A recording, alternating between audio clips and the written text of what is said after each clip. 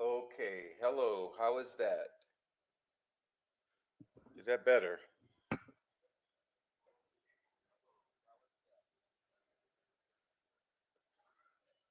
Do we have sound? We're checking out. Do we have sound? All good. Okay, thank you. All right, it's a little glitch. There we go. We're running now. Welcome in, everyone. Welcome in. Let's say hello to everyone. All right, so let's see. We got Phoenix, first one here. What up, Phoenix? Welcome in, Phoenix. All right, Mustang Driver, Mark and Indy, Amy. Welcome in, Amy. Thanks for the flowers. All right, Aaron. Actually, early for once. What up, Aaron? And JoJo. Welcome in, JoJo. And K West. What's poppin', K West? It's what's slapping people? It's 2 a.m. here, so sleep listening. Pam Sheehan, what up, Pam? Welcome in, Pam. And Scott Perkins. Welcome in, Scott Perkins. What's up, Scott? Lead with love. Welcome in.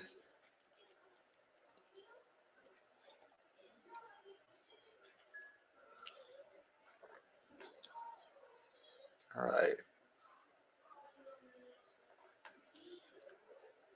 Told myself no Delphi for 48 hours, but prof, so here I am. Simone, welcome in. Bonnie, welcome in. Thank you, Simone. All right, Judy Hathaway, welcome in. And Nancy Drew. What's up, Nancy Drew? The brilliant Nancy Drew with the typo. What's up, Nancy Drew? Crystal Blue Persuasion. What up, Crystal Blue? Sandy D. What's up, Sandy? Why don't you have a wrench, Sandy? Thought I gave you a wrench.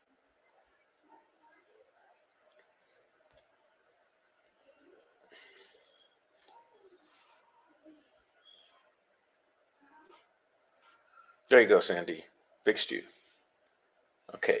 Now we got Nobody Nothing 1717. Welcome back, sir. Welcome back. Royal Wee. Welcome in, Royal Wee. The one and only. And Kayla with the puppies. What's up, Kayla? Phoenix is doing screenshots. Oh, you gonna start some drama? Isn't that the point? You gonna start some drama? What up? All right, guys. Rex Stardust. What up, Rex? And Kenneth, welcome back, Kenneth. How are you? Long time no see. Come on back. All right.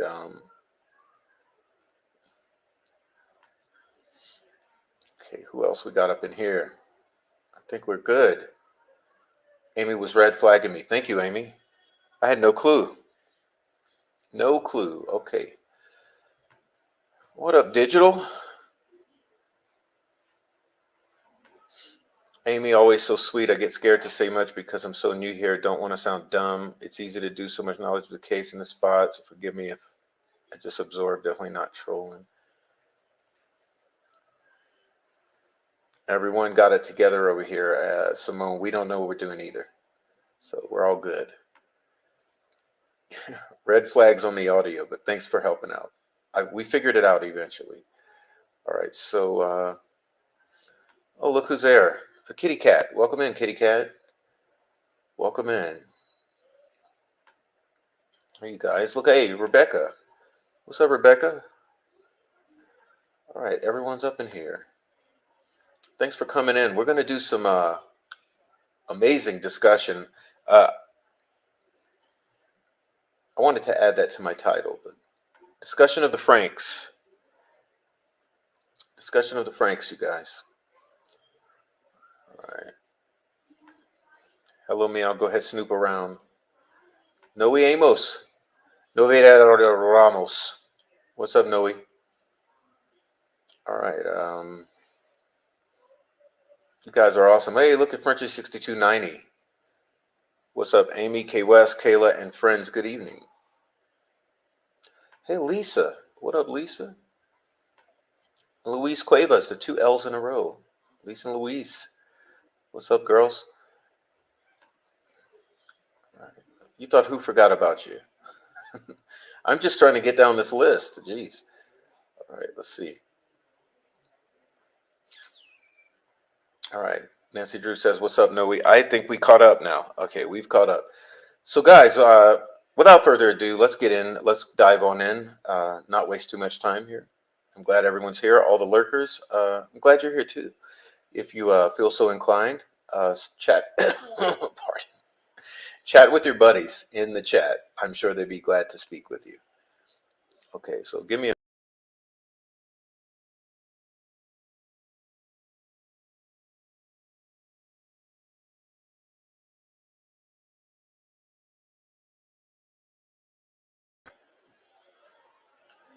a Okay, now let me get some water.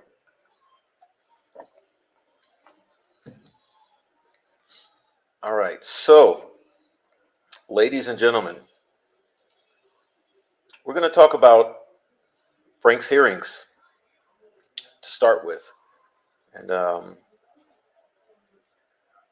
we're going to see if we can catch ourselves up on some basics here.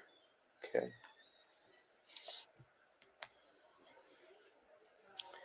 So in Franks versus Delaware, the Supreme Court held that in certain defined circumstances, a defendant can attack a facially sufficient affidavit. Frank's court recognized a presumption of validity with respect to the affidavit supporting the search warrant. Okay, so we presume it's valid in the instance that we have honorable law enforcement and non-corrupt judges.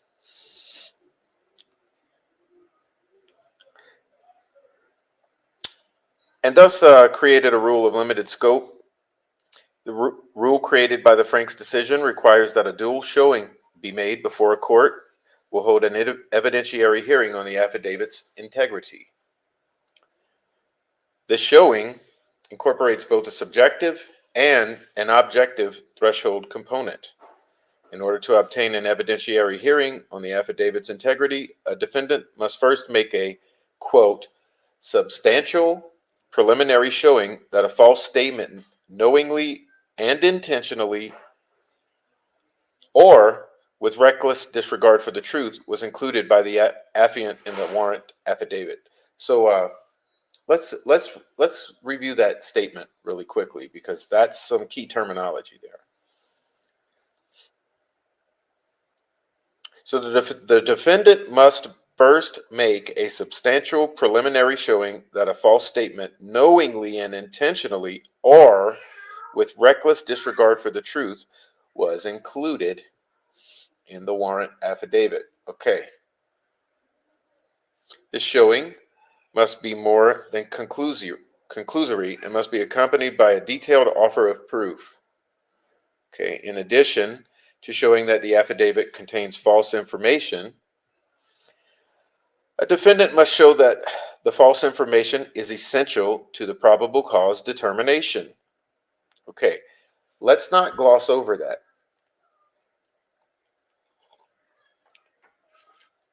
In addition to showing that the affidavit contains false information, a defendant must show that the false information is essential to the probable cause determination.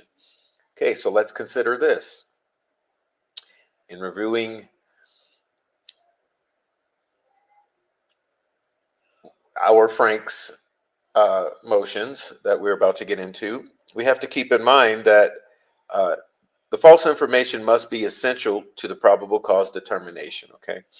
That is, if a court finds that when, and this is in quotations, when material that is the subject of an alleged falsity or reckless disregard is set to one side, there remains sufficient content in the warrant affidavit to support a finding of probable cause. No hearing is required. Meaning that if you set aside the false shit,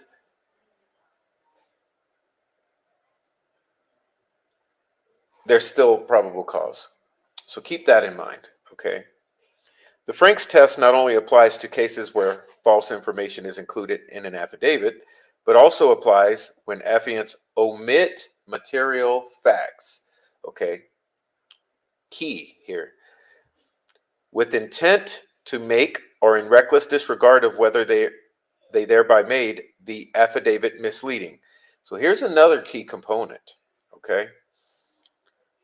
When affiants omit material facts with the intent to make or in reckless disregard of whether they thereby made the affidavit misleading. So if you omit material facts to make the affidavit misleading, keep that in mind.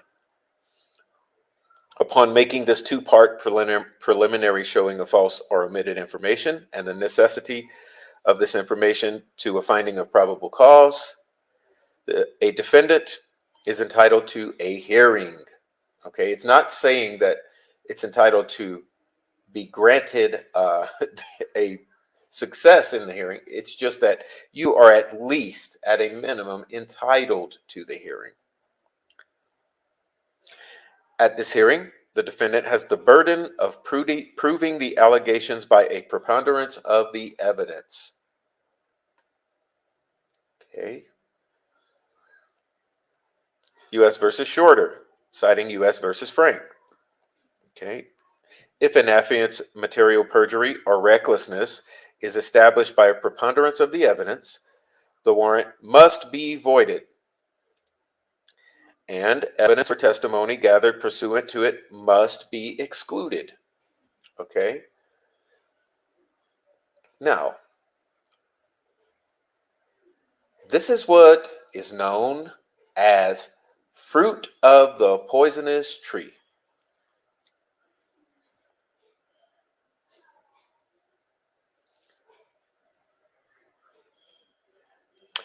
A warrant that violates Frank's is not subject to the good faith exception to the exclusionary rule announced in U.S. versus Leon. Adapting Frank's to the situation involving omissions from affidavits, the defendant in Revich had to show, one, that the police omitted facts with the intent to make or in reckless disregard of whether they thereby made the affidavit misleading. Okay, that's part one.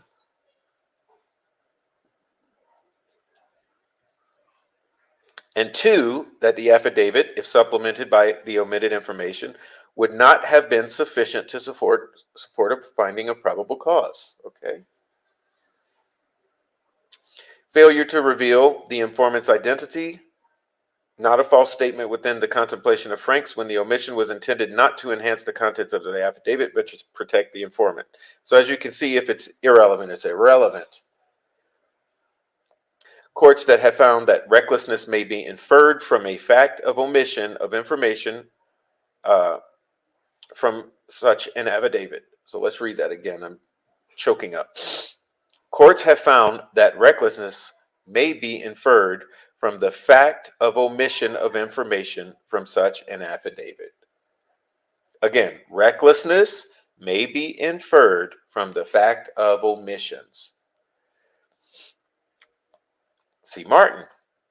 Such an inference, however, is warranted only when the information omitted would have been clearly critical to the finding of probable cause. And existing precedents, in fact, generally have relied also on additional circumstances in support of their findings of recklessness. For example, in U.S. versus Rule 594, 1340 order vacated on other grounds, sub nom U.S. versus Strifio. The affidavit not only failed to mention that an informant had continued serving as a drug courier contrary to the express instructions of the agents with whom he was working, but also was structured to imply falsely that the informant had come forward voluntarily to give information about the activities of a criminal organization of which he had been part. So you see how subtle this is? You see the subtlety there? The subtlety is really popping out if you consider this, all that we just read. And I encourage you to screenshot it, go back and read it for yourself.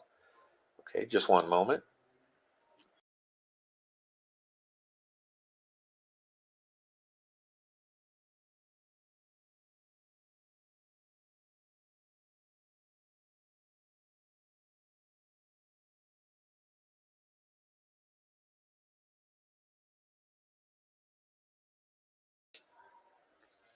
Okay, again, this is from Overview of Frank's Hearings in Federal Criminal Cases by Stephen D. Silverman.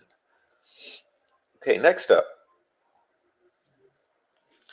we're going to take a little dive into something very important here to consider.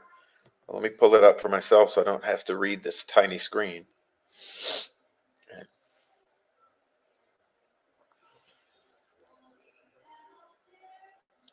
Okay, this is the FBI Law Enforcement Bulletin, March 1982, Volume 51, Number 3.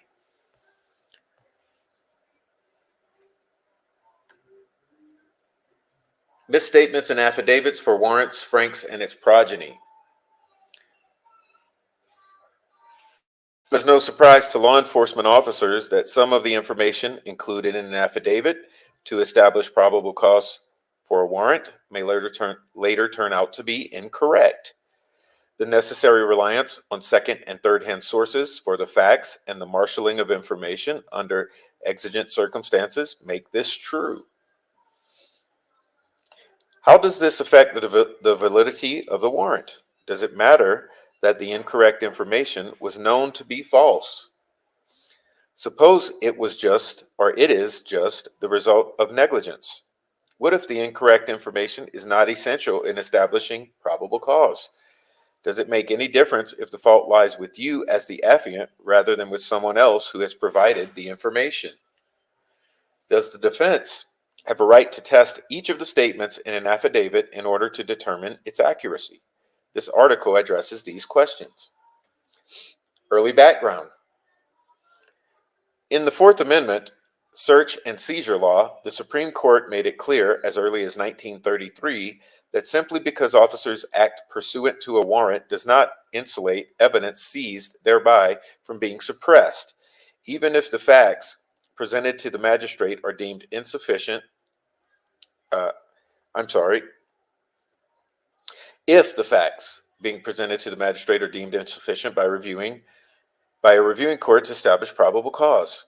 Thus, in Nathanson versus U.S., where the officer's affidavit merely stated his belief that goods subject to seizure were located at the premises of Nathanson, without reciting facts to support such belief, the Supreme Court held that the warrant was not issued upon probable cause.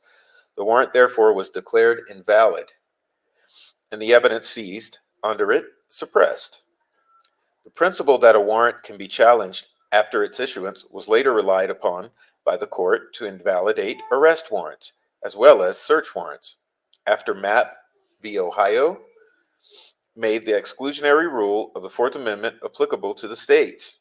It was similarly relied upon to strike down warrants in state cases. In each of the Supreme Court cases dealing with this issue, the party challenging the affidavit contended that it was insufficient on its face to support a finding of probable cause. In none of the cases was the affidavit attacked on the basis that its statements were not accurate. It might be said that prior to the Supreme Court's initial analysis of the subject in 1964 case of Rugendorf versus U.S., there were few cases, state or federal, stating that the Fourth Amendment permitted a challenge to the accuracy of statements in an affidavit. The rationale of the courts was that the truthfulness of the allegations in the affidavit had already been considered by the magistrate, and that allowing the defendant to contest such before the trial judge would denigrate the role of the magistrate, causing him not to exercise the high degree of responsibility called for in reviewing affidavits.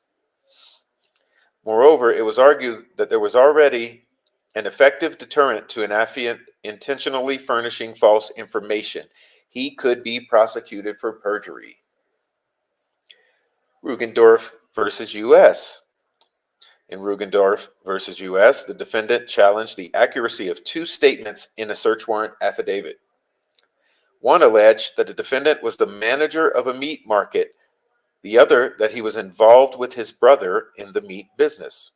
The affiant, a special agent of the FBI, had no personal knowledge of these facts. The information came from a fellow agent who in turn derived the first item of information from a police officer and the second item from a confidential informant. In finding the affidavit sufficient to establish probable cause for the search, the court stated that even assuming for purposes of this decision that such an attack may be made on the affidavit, the factual inaccuracies alleged were only of peripheral relevancy to the showing of probable cause, and not being within the personal knowledge of the affiant did not go to the integrity of the affidavit. The court thus held that inaccurate information in an affidavit which is not necessary to a finding of probable cause and which does not impinge upon the integrity of the affiant will not cause a warrant to be invalidated. Okay, does that make sense? Of course, Rugendorf left unanswered the questions concerning the testing of affidavits. Following the Rugendorf decision, the stone cracked on which this principle of no challenge had been etched. The Supreme Court's intimation in Rugendorf that an affidavit's accuracy can be challenged was the catalyst for bringing this question before the lower courts.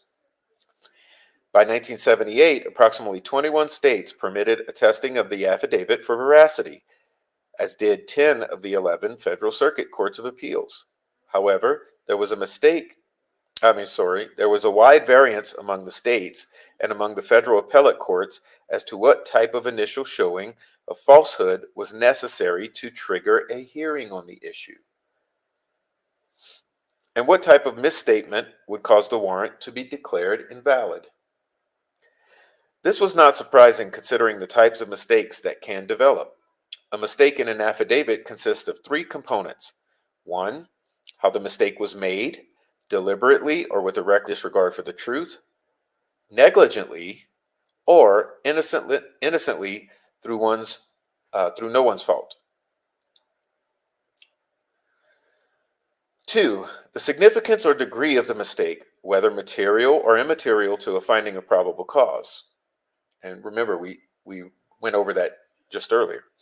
And three, the person responsible for the mistake, the affiant or government source, a confidential informant, or a third person, victim, witness, or other private citizen, which is what we're addressing in this paper. The result of this analysis is that 18 different combinations of mistakes can be put together. Conceivably, there could have been a Supreme Court decision considering each. However, the court accepted a case in 1978 which was to resolve all of these questions in one decision. Moreover, the court addressed itself to the precise question of what type of factual showing by the defendant was necessary to initiate a hearing concerning the alleged misstatements. Okay, now you'll notice here it's very small, but it says chart 1 in categorizing mistakes. Okay, first, how made, one, deliberate or made with reckless disregard for truth, 2, negligent, or 3, innocent, unavoidable. Degree is 1, whether it's material or immaterial. And maker is whether it's an affiant, the government source, litigant, confidential informant, or a witness or victim. Okay.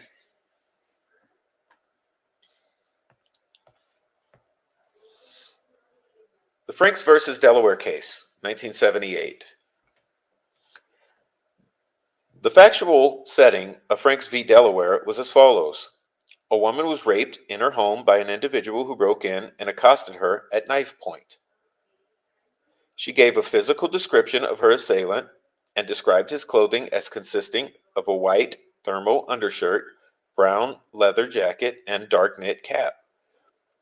The defendant was developed as a suspect, and a search warrant was sought in order to search his apartment for the clothing worn and the knife used in the rape. Part of the probable cause for the search was a statement in the affidavit that the affiants, who were 2 city detectives, had contacted the defendant's supervisors at his place of employment, who stated that the defendant's unusual attire consisted of a white thermal undershirt, brown leather jacket, and dark knit cap. The description of the assailant's clothing thus matched that given by the rape victim. The warrant was issued and the evidence seized. The defendant sought suppression of the evidence on grounds that the aforementioned statement of the supervisors was not true.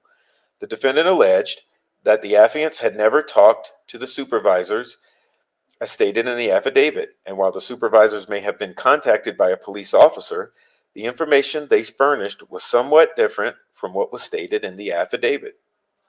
At the suppression hearing, the defendant's counsel sought to call the detectives and supervisors as witnesses on this point. The trial court refused this request and denied the defendant's motion to suppress on the basis that Delaware law did not permit a challenge to the veracity of a warrant affidavit at a suppression hearing. The court explained that challenges in Delaware were limited to questions of sufficiency of the affidavit on its face. The Supreme Court of Delaware ultimately upheld the trial judge's ruling, finding Delaware's rule not to be in violation of the Fourth Amendment of the U.S. Constitution. The defendant sought and was granted a review of his case by the U.S. Supreme Court. The state of Delaware made several persuasive arguments as to why an affidavit for a search warrant should be beyond attack as to its underlying accuracy. 1. Extension of the exclusionary rule to the situation would exact too great a price from society. The Supreme Court responded by saying that a flat ban on exclusion would denude the Fourth Amendment's probable cause requirement of all meaning. 2. Application of the exclusionary rule would overlap existing penalties of perjury and contempt for filing affidavits. The court answered that the sanctions for perjury are unrealistic, since the district attorney is not going to prosecute that which he may have ordered. Boom. 3. Magistrates are equipped to conduct a rigorous inquiry into the truth of an affidavit, and further testing is unnecessary. The Supreme Court disputed this contention, stating that an ex parte hearing is not likely to be that fucking rigorous, since the magistrate has no information that may contradict that of the affiant. 4. Allowing such a challenge would denigrate the magistrate's function, causing him to be less stringent in his determination. The court replied that since the affidavit can already be challenged for sufficiency, it did not believe a challenge for truthfulness would in any way diminish the importance of the magistrate's function. 5. Allowing the challenge would confuse, delay, and divert attention from the resolution of the main issue in the case, the guilt or innocence of the accused. The challenge would also be used by the defense as a means of discovery and identification of informants. The court, however, answered that the rule fashioned by Franks would protect against baseless challenges generated by a desire for discovery or to learn the identity of informants. 6. To a great extent, accuracy is beyond the ability of the affiant to ensure, since the facts in an affidavit may come from many different sources. The court agreed with this contention and indicated that the rule announced would pertain only to the affiant's truthfulness. Having addressed the state's arguments, the court moved to a discussion of the rule established by the decision. The court declared that the wording of the Fourth Amendment itself suggests the correct resolution of this issue. By stating that probable cause must be supported by oath or affirmation, the Fourth Amendment necessarily implies that there will be a truthful showing of probable cause. Not truthful in the sense that each statement in the affidavit necessarily will be accurate and correct, since probable cause appropriately may be based on hearsay and hastily generated facts, but truthful in the sense that each statement is believed or accepted by the affiant as true. The court recognized, though, the onerous task of proving or defending each statement in an affidavit. Therefore, it held that in order to mount a challenge to the affiant's truthfulness, the defendant must offer proof. Remember, we covered that. Such as statements from witnesses that link that the affiant lied or acted with a reckless disregard for the truth with respect to specific statements in the affidavit. And the court to which the challenge is made must determine that such alleged misstatements are material to the establishment of probable cause. Remember, these words keep popping up in our review of this context.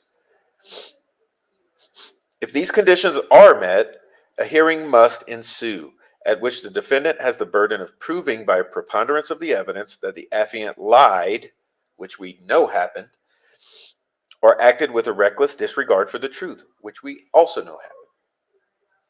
If this is proven, and by omitting the false material, the affidavit's remaining content is insufficient to establish probable cause, the warrant must be invalidated, and the fruits of the search suppressed. Thus, the court held that only one type of mistake represented by a combination of type 1 factors from the 3 columns in chart 1, which I just read to you, is sufficient to mandate a hearing, and if proven, cause the warrant to be voided. Okay, so that would be 1, that the mistakes are deliberate, are made with the reckless disregard for the truth, that they are to the degree of material, and that the maker of the false statements is the affiant or a government source, in this case, Tony Liggett. The Franks decision seems to reflect a fair compromise between the obligation of truthfulness on the part of law enforcement officers in establishing probable cause and the legitimate concern of the government to avoid the litigation of groundless issues and the suppression of relevant evidence where the officer is not responsible for a material distortion. Key, where the officer is not responsible for a material distortion of the truth. Okay. Situations inviting mistakes. It is not difficult to conceive of good faith mistakes being made by an officer in the course of assembling facts for a warrant. Affidavits for warrants are frequently prepared in haste and under trying and exigent circumstances, thus inviting errors. The sheer complexity and length of an affidavit may encourage errors, even if the most routine investigation contains the seeds for inaccuracies where the information is obtained second, third, and fourth hand. A few post-Franks decisions are illustrative. In U.S. versus Crowell, an officer seeking a search warrant for the defendant's home stated in his affidavit that PCP, a controlled substance, was found in the defendant's trash in the form of white crystals. Actually, it was in the form of brown flakes. The court rejected the attack on the validity of the warrant, stating that the discrepancy appears innocent and as a result of simple carelessness. Okay, I would agree. Because it's still not crystal meth, it's the PCP. It's still the PCP that's in the trash can, right? It wasn't something else that was in the form of white crystals. It was still PCP, so it was not material. In U.S. versus Tasto, the facts showed that the defendant had in his home 3 of the chemicals necessary for the manufacture of PCP. The officer mistakenly averred in his affidavit that if one of the other chemicals were added, PCP could be produced. In fact, 3 more chemicals were required. The court found that the defendant had not met the burden of establishing that the misstatement was but deliberate or reckless, and that having observed a significant number of the ingredients necessary for the production of PCP at the house, probable cause was nevertheless established. In U.S. versus Young Buffalo, it illustrates how the sheer volume of material in an investigation can raise the question of error when attempting to synthesize it. The case also is also helpful in that it addresses the question of an officer's responsibility to check out facts in his possession. In Young Buffalo, the officer, in his affidavit for a search warrant, gave a composite physical description of a bank robber from each of several robberies under investigation, in an attempt to show that it fit the physical description of the defendant. The defendant contended that the composite descriptions were not consistent with the descriptions actually given by the witnesses, and the affiant sought to mislead the magistrate by this tactic. The affiant also averred that the defendant owned a motorcycle fitting the description of that used in one of the robberies and had rented a white over maroon vehicle matching the description of one used in another robbery. The defendant alleged that he did not own the motorcycle at the time of the robbery in question, apparently because it was destroyed in an accident. And routine checking by the affiant would have revealed this.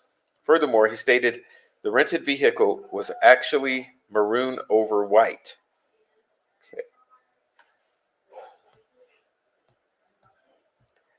With respect to the alleged incorrect composites, the appellate court recognized that the affiant was required to sift through a large amount of information from 7 robberies in order to synthesize descriptions of the robber. Considering this, the trial judge's determination that the variances were minor and that the affiant had not lied or acted with a reckless disregard for the truth was found not clearly erroneous. Regarding the other alleged inaccuracies, the court found that simply because the affiant learned that a motorcycle had been in an accident prior to the robbery raised no duty to inquire further as to its condition, nor was there a duty to view the rented automobile to confirm its color. When an officer employs double and triple hearsay to establish probable cause, it is easy to understand how some statements in the affidavit may be erroneous. In the U.S. versus Edwards, an FBI agent filed an affidavit for a search warrant. Part of the information for the affidavit came from an agent of the DEA who acquired it from a LA police officer who in turn received it from a customer service agent of an airline. As it was transmitted along the line, the information was slightly changed. The court stated that the FBI agent was not negligent in failing to cross-check the information, and even if he were, such negligence would not be sufficient to void the warrant. In U.S. versus Ashcroft, the affiant, a DEA agent, was found by the trial court to have been negligent in recounting information from another officer, which was material to probable cause.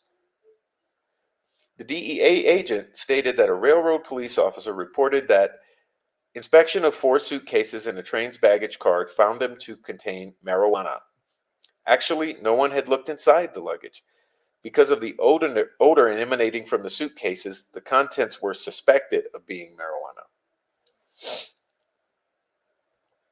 The court nevertheless upheld the warrant because the misstatement rising only to the level of negligence on the agent's part was not sufficient to nullify the warrant. Okay, so are we picking up what they're putting down here? That there are instances in which the negligence does not sufficiently rise to the level of nullifying the warrant. While the Franks decision is a model of clarity, there are a few questions which later cases have addressed and further clarified. As previously noted, the deliberate falsehood that can be challenged is that of the affiant, a non-governmental source. So in this particular case with Richard Allen, it means Tony Liggett. This raises 2 questions. First, if a person is a government source, such as a fellow law enforcement officer, does this person stand in place of the affiant for the purposes of the Franks test? In U.S. versus Cortina, a federal appellate court impliedly answered this in the affirmative.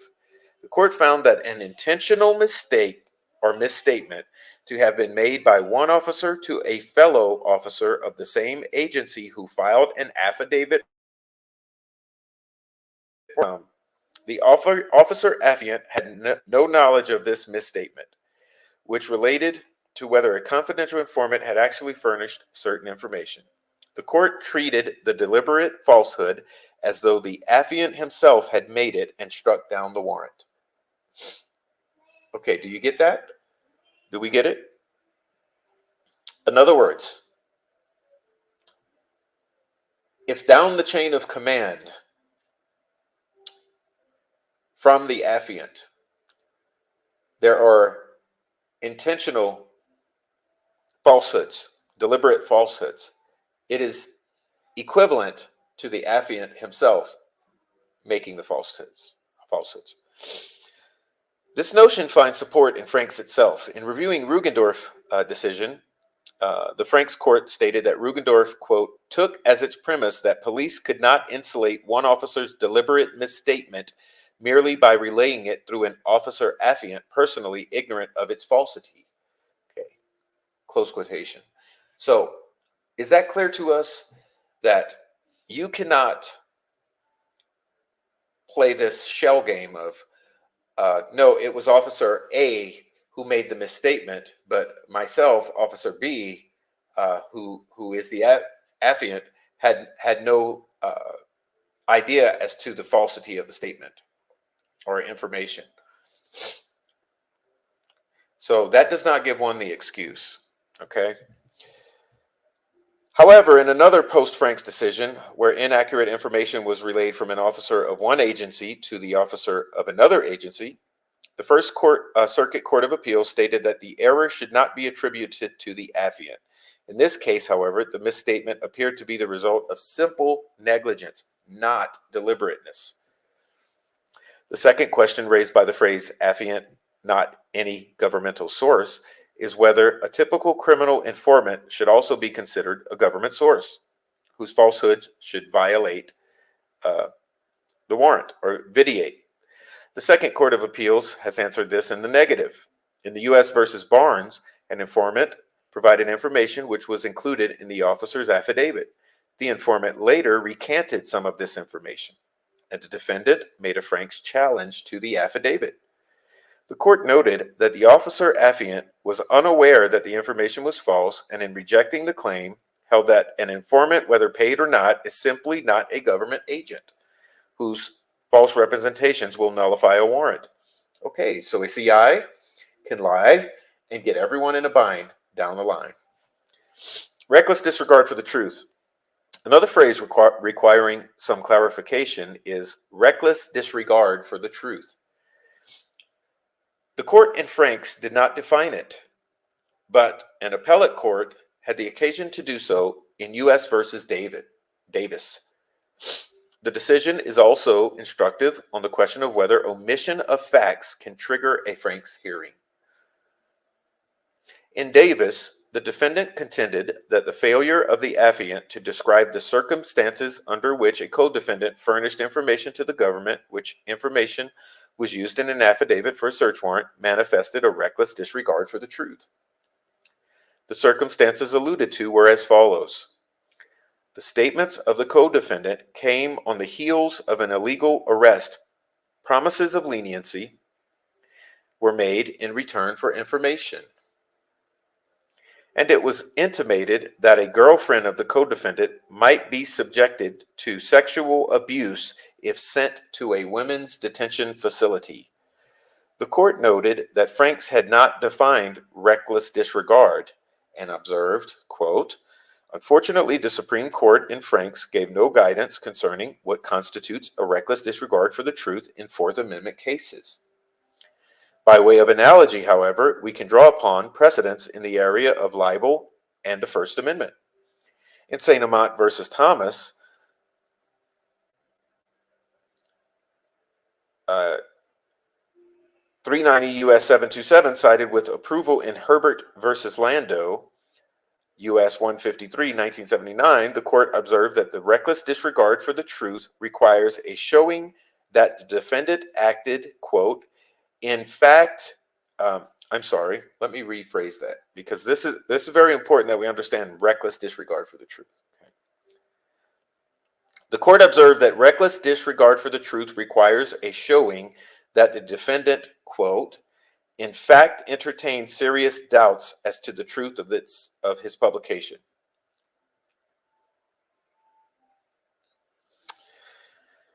This subjective test may be met not only by showing actual deliberation, but also by demonstrating that there existed obvious reasons to doubt the veracity of the informant or the accuracy of his reports. Applying this test, the court concluded that the affiant's failure to include these facts did not amount to a reckless disregard for the truth. Moreover, the court addressed the subject of whether an omission of information could result in an affidavit being challenged and voided in its language. It helped in this point. Quote, in reaching this conclusion, we are not holding that the case never could arise in which an omission would render a warrant susceptible to attack under Franks. Police could take a statement so out of context or could engage in conduct so overbearing and suggestive that failure to describe these factors would constitute a deliberate falsehood or a reckless disregard for truth. Nevertheless, we cannot require officers to describe in minute details all matters surrounding how they have obtained statements, for such a requirement would make the process of applying for a search warrant a cumbersome procedure inimical to effective law enforcement. Inimical.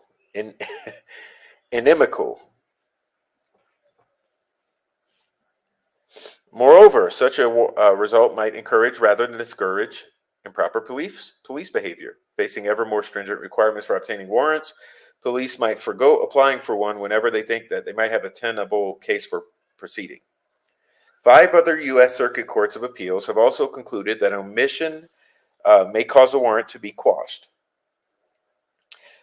but that any such omission would have to be intentional and for the purpose of deceiving the magistrate. Key. Thus, where an officer did not allege the types of cases in which the informant had supplied reliable information in the past or how the informant concluded that what he saw was in fact narcotics, the court did not find these omissions fatal to a finding of probable cause. The fact that an omission is intentional is difficult to prove.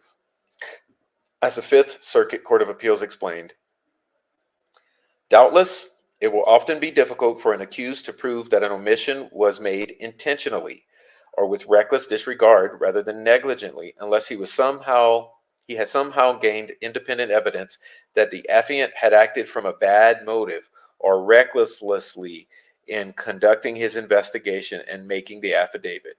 Nevertheless, it follows from Franks that the accused bears the burden of showing by a preponderance of evidence that the omission was more than a negligent act. Okay. Now there's a section called Revealing the Identity of Informants. We're going to skip. Okay. And let's go on to a conclusion here. I'm sorry. Let's start here in the top of this last page.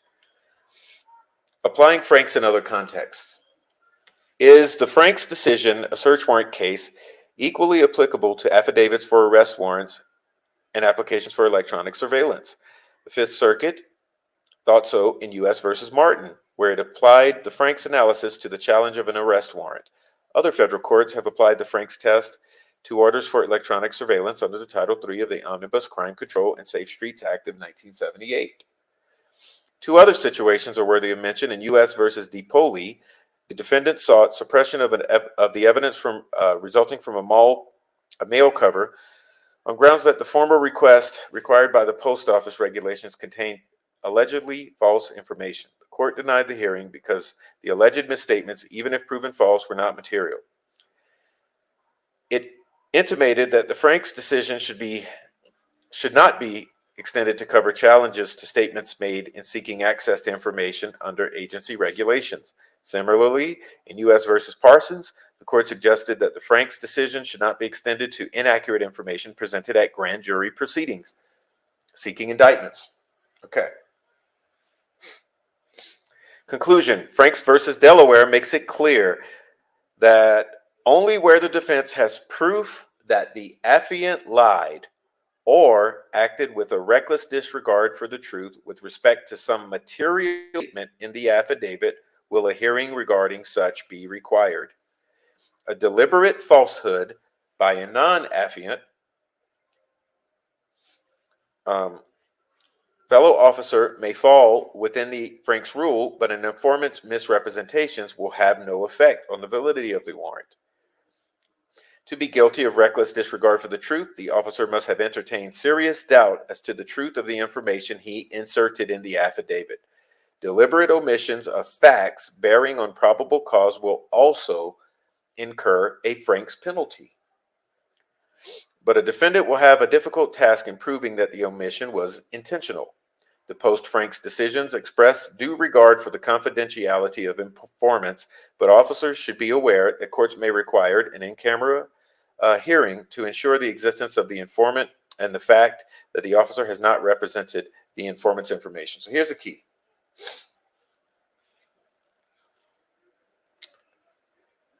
Deliberate falsehood. Lying, acting in reckless disregard to material facts. Okay? That is key.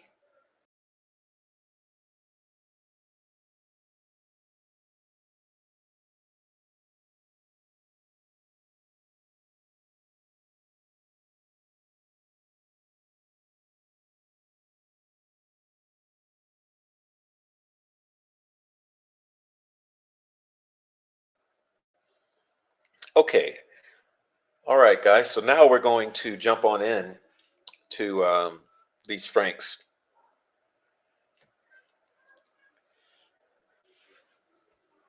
Okay, let's see what we got here.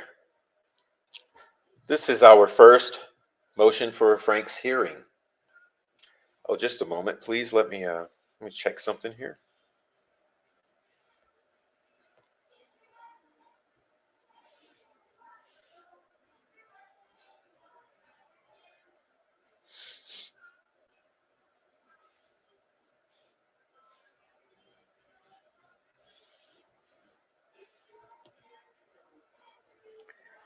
Okay, this is our Franks motion from September 18, 2023. There's a lot to be said about that date, and trust me, ladies and gentlemen, we will be discussing September 18th, 2023 at great length. At great length, we will be discussing September 18th, 2023. Okay, so here in the motion for Frank's hearing, the first motion for Frank's hearing, we have some claims, okay? I will quickly go through this, focusing on some pertinent points. On October 13, following a roughly hour-and-a-half interview with Richard Allen, Tony Liggett signed an affidavit for a search warrant, which was a 5-page document. Okay, so understand, on October 13th, after an hour-and-a-half interview with Rick Allen, Tony Liggett signed version 2.0, okay, of the affidavit for search warrant. We'll be discussing that at length as well in the future. The affidavit for search warrant was approved by a second signatory, Nicholas McClelland, before being sent to Judge Diener. Please remember all of these points.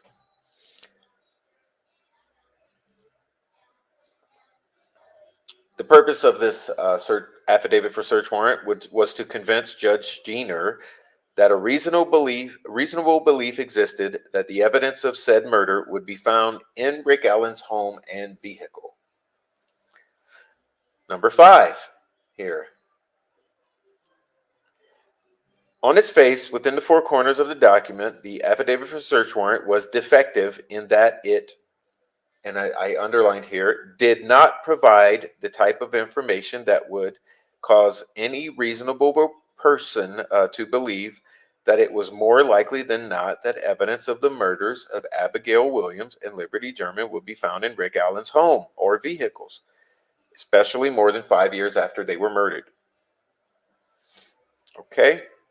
So key here is that any reasonable person would believe it's more than likely or more likely than not that evidence would be found in Rick Allen's home and vehicle. So the claim here is that the warrant affidavit was defective and did not provide that type of information which would cause someone to feel that way. So let's move on. Judge Diener erred in signing the warrant. Therefore, any search of Rick's home and vehicles were illegal, and all items seized pursuant to said illegal search should be suppressed. Well, that's your basic Franks. Okay. However, making matters worse, Liggett chose to hide crucial information from the search warrant affidavit and provided false statements. Now here, this is paragraph 7 here. This is key. This is actually key. After what we just read for the past hour, our brief review of Franks and our exploration of the article, you should understand by now that this paragraph 7 here is very much key. And so is paragraph 8. Let's move on. So not only did he choose to hide or omit, okay, remember when we were reading, the term was omit. And false statements, the term was lied. Okay. 8, the defense is required to show substantial preliminary evidence of false statements that were made knowingly or intentionally with reckless disregard. Okay?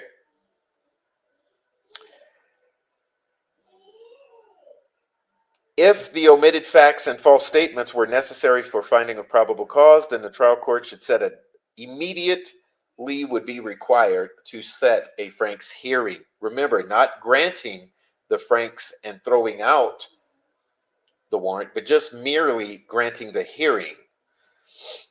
Franks v. Delaware. And remember, we covered that in the previous article.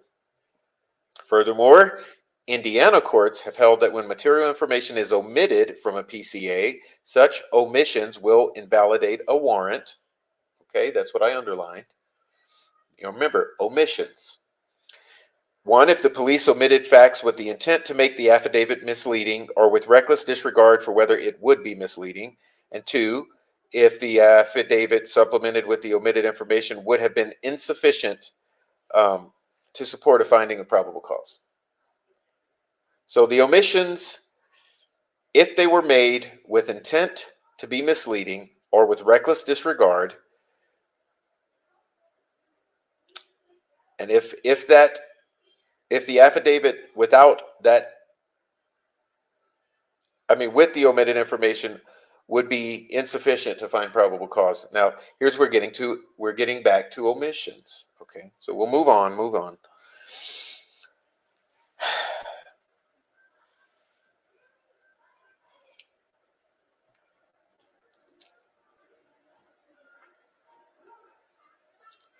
And the claim is made that if Liggett had actually included this this omitted information, that Judge Diener most certainly would have not signed the warrant. Okay. The accused is filing contemporaneously between, herewith. Sorry, guys, my vision's getting blurry.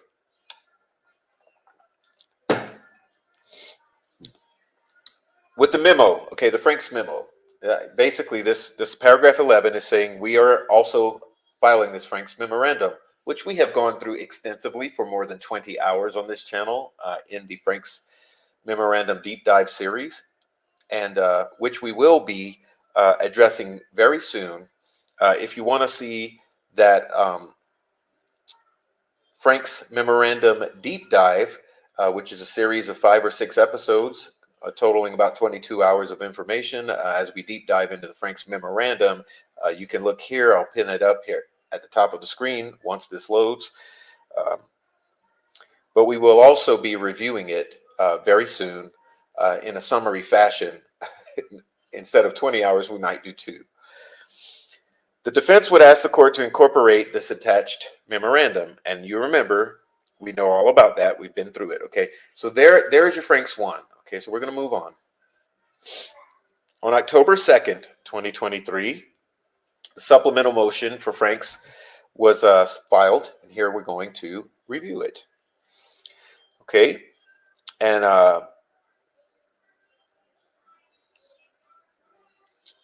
in paragraph 1, we reiterate that on September 18, 2023, a very important day in the Delphi murders investigation and case against Richard Allen, the defendant, Allen, filed his motion for a Franks hearing. In paragraph 8, defendant Allen made a general references to the preliminary showing required prior to the admission of Franks evidence. However, defendant Allen now realizes he did not articulate in detail the actual burden of proof. Remember, in reviewing our information earlier this hour, we talked about the burden to prove is very important here. Okay. To mandate an evidentiary hearing, the challenger's attack must be more than conclusory and must be supported by more than a mere desire to cross-examine. Therefore, there must be allegations of deliberate falsehood or reckless disregard for truth. And those allegations must be accompanied by an offer of proof. And this is what we have here. Okay. So we'll move on. The Franks expressly states that in order to prevail at hearing, the defendant must prove his claim of perjury by a preponderance of evidence.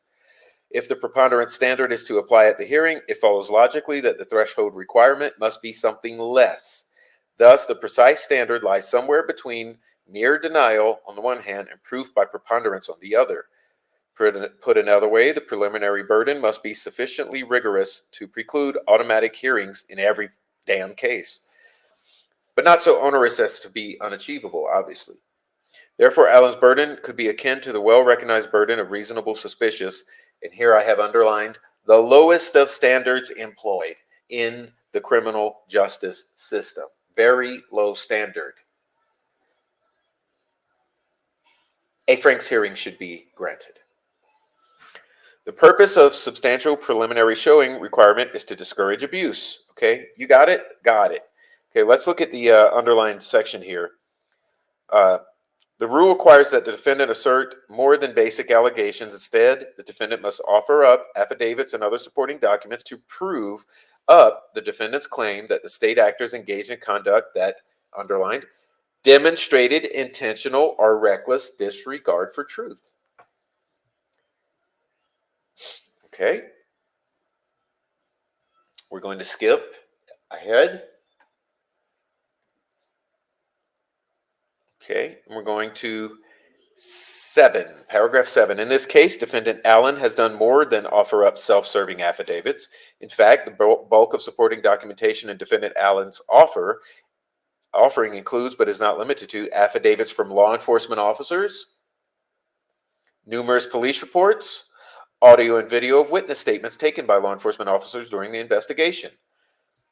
The veracity of the supporting material offered up by defendant Allen is far more reliable on its foundation than self-serving affidavits offered up by the defendant in People versus Lucente. Therefore, it stands to reason that defendant Allen would likewise meet the requisite burden of proof for the preliminary showing, such that his Franks evidence should be admissible at a suppression hearing. Got it? Got it. Okay.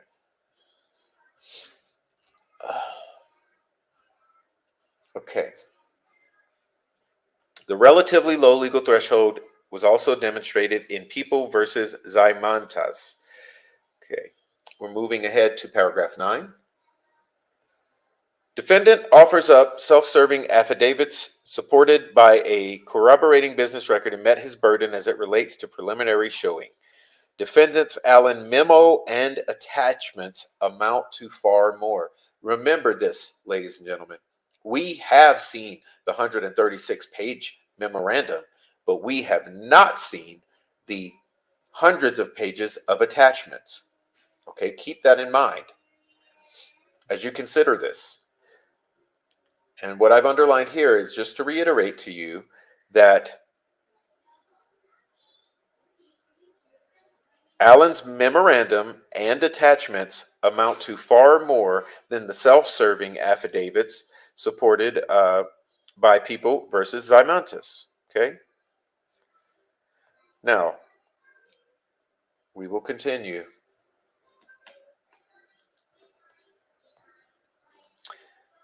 Defendant's additional Franks notice from October 3rd. October 3rd, 2023. Here's our third Franks notice. On September 18, 2023, a date that will live in infamy, the defense filed its motion for Franks hearing, as well as a 136-page memorandum in support of said motion. Since filing that motion, the defense has received new discovery that strongly supports the defense's belief that Tony Liggett and Unified Command, here's very important that I've underlined, attempted to conceal from Judge Diener and has since even attempted to hide from the defense that evidence supports that those practicing Odinism were the murderers of Abby and Libby. So Tony Liggett and Unified Command attempted to conceal. Remember, omit. Omit was a key term. Omitted and attempted to conceal evidence supporting some ties to Odinism, or Odinistic elements, you might say. 3, specifically, Tony Liggett swore under oath at his August 8, 2023 deposition that a Purdue professor did not believe that the sticks found on the girls' bodies consisted of runes. Okay, paragraph 4. Furthermore, Sergeant Jerry Holman swore under oath in August 10, 2023 deposition that a Purdue professor said that the sticks found on the girls did not represent Odinism or any type of cult worshiping of any type of group that would have conducted the crime. So both Liggett and Holman, remember, in our previous reading of the FBI article, there was the responsibility down the chain of command from the affiant that facts and omissions be consistent, and you cannot blame on Holman that which Liggett does, and you cannot blame on Liggett that which Holman does. The integrity has to go down the chain of command. Okay, so we have two officers swearing under oath that Purdue professor, who was anonymous at the time, mystery Purdue professor, who we now know to be Professor Turco, did not believe the sticks on the bodies consisted of runes or represented any type of Odinism or cult worshiping type of behavior or group. Okay, 7.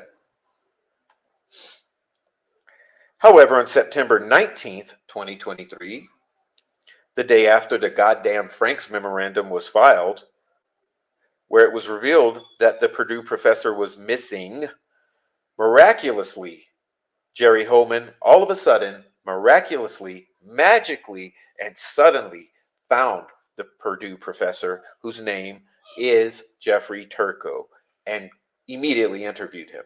That's what we call an oh shit moment.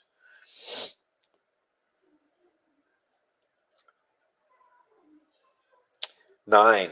This means that Holman was aware of the Purdue professor's identity since mid to late August. Okay, but nonetheless told McClellan that Unified Command could not locate this professor. Paragraph 10. However, after it was obvious that the Purdue professor would eventually out himself as the missing Purdue professor following the Franks memorandum, Holman went and interviewed the Purdue professor the day after the Franks was filed. Just like he went and had the guards from Westville remove the Odinist patches within a week of learning that the defense team was sniffing out some Odinist type of material. Why would Holman and Unified Command try to hide, this is paragraph 11, the name of the Purdue professor? This is called omitting and deceiving.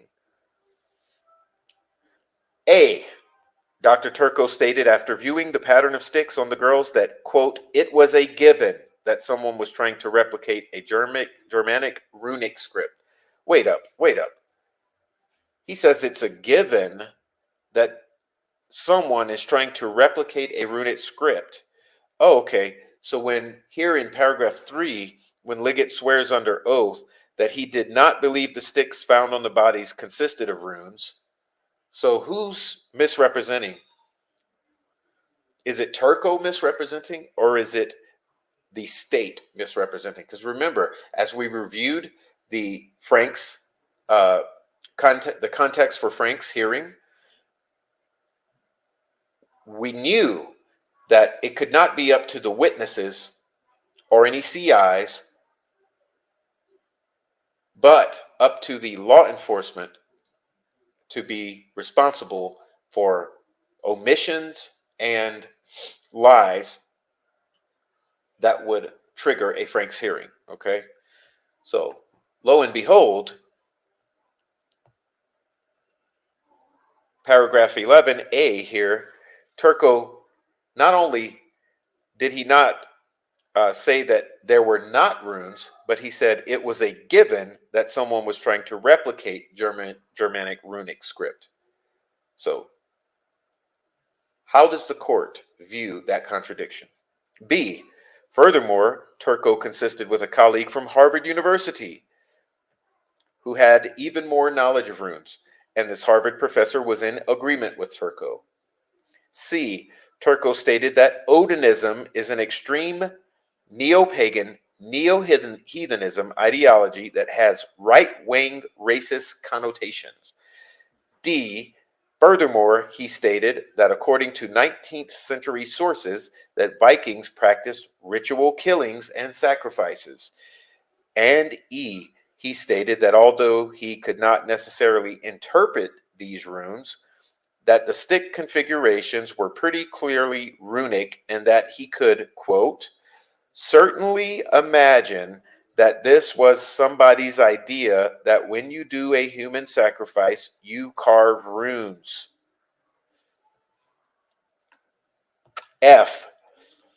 Furthermore, Dr. Turco discussed how runes were thought to have magical significance and would be used in incantations, in rituals, and that there is a sacrificial connection in mythological poetry.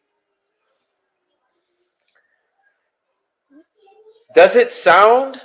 Let's go back once more before we move on. Does it sound like both Liggett and Holman misrepresented Professor Turco's statements to them?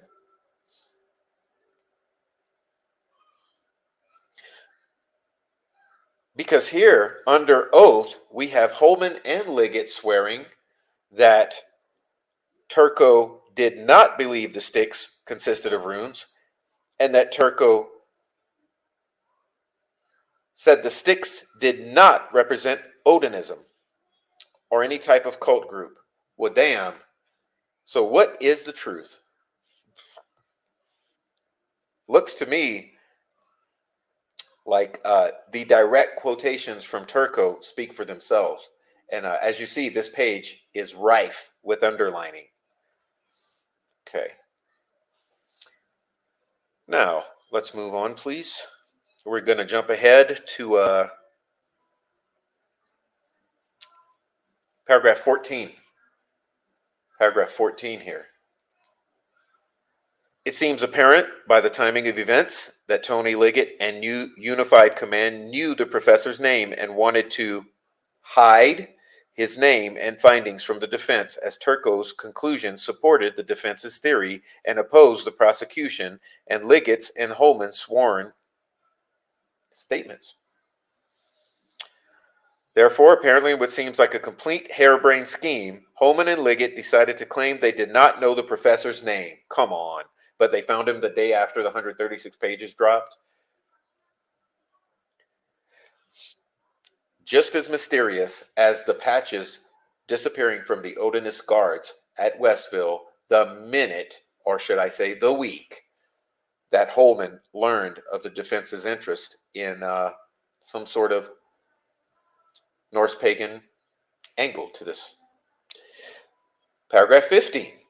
Again, the Franks require a preliminary finding that law enforcement has acted intentionally or with reckless disregard.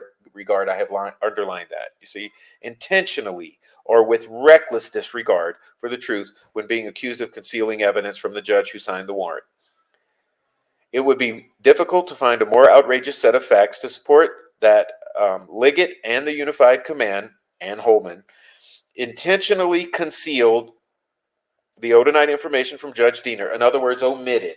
Remember, the key terminology in our previous readings, this episode, were omissions. If Liggett and Unified Command were trying to get away with concealing a Purdue professor from the defense counsel, then it is easy to see that they would have no problem concealing all the evidence detailed in the Franks memorandum from Judge Diener. Okay. And here we go. Let's get to the home stretch. Give me a moment to cough, please.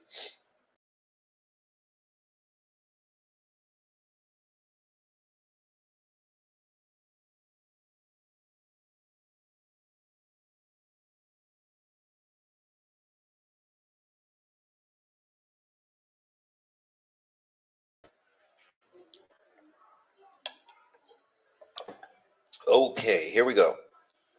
Franks 4. Wow, can you imagine that we're still begging for a Franks hearing? Still begging for a Franks hearing with a clearly biased judge. I mean, raise your hand. Please raise your hands here. We know that the standard for judges is that they are supposed to avoid the appearance of impartiality, correct? Not only should they not be impartial, or should they, not only should they be impartial, but they should avoid the appearance of impartiality. Oh my gosh. I cannot think straight today, but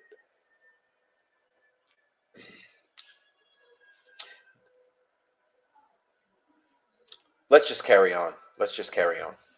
Okay. Paragraph 1. On September 18th, 2023, a day that will live in infamy, Mr. Allen filed the first Franks, which included 136 pages of memorandum, which detailed the following. A. Certain evidence that Carroll County Sheriff Tony Liggett failed to include in his search warrant application. B. Certain evidence that was detailed in his search warrant application for the search warrant was false. Okay, so A is that evidence was omitted. Remember that term, omitted. B, false, meaning lies. C, evidence that law enforcement had acted in an intentional manner on multiple instances attempting to conceal evidence from the defense and failing to tell truth under oath. Remember, we just reviewed Holman and Liggett not accurately representing Professor Jeffrey Turco's statements, opinions, and identity. Okay, and we're going to jump here. On October 3rd, Allen by counsel filed his second Franks notice, which we just read, detailing how the prosecution and law enforcement had attempted to conceal the identity of a Purdue professor whose testimony contradicted that of law enforcement officers Tony Liggett and Jerry Holman.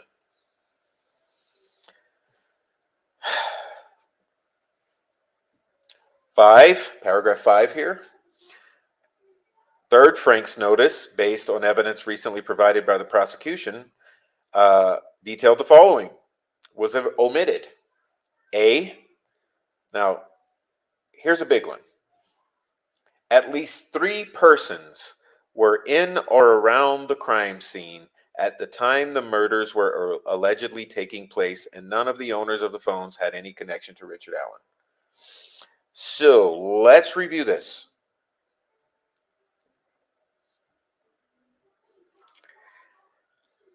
March 13, 2024. Third Franks notice. At least 3 persons were in or around the crime scene at the time the murders were allegedly being committed, according to the state's timeline. B. Purdue professor Jeffrey Turco wrote in a report provided to Unified Command that the markings constitute an inscription inspired by Norse runes.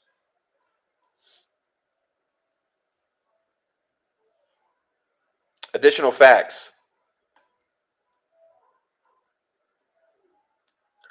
On Friday, April 26, the prosecution provided numerous documents to Mr. Allen's counsel as a result of the motion to compel and motion for sanctions filed April 23, 2024.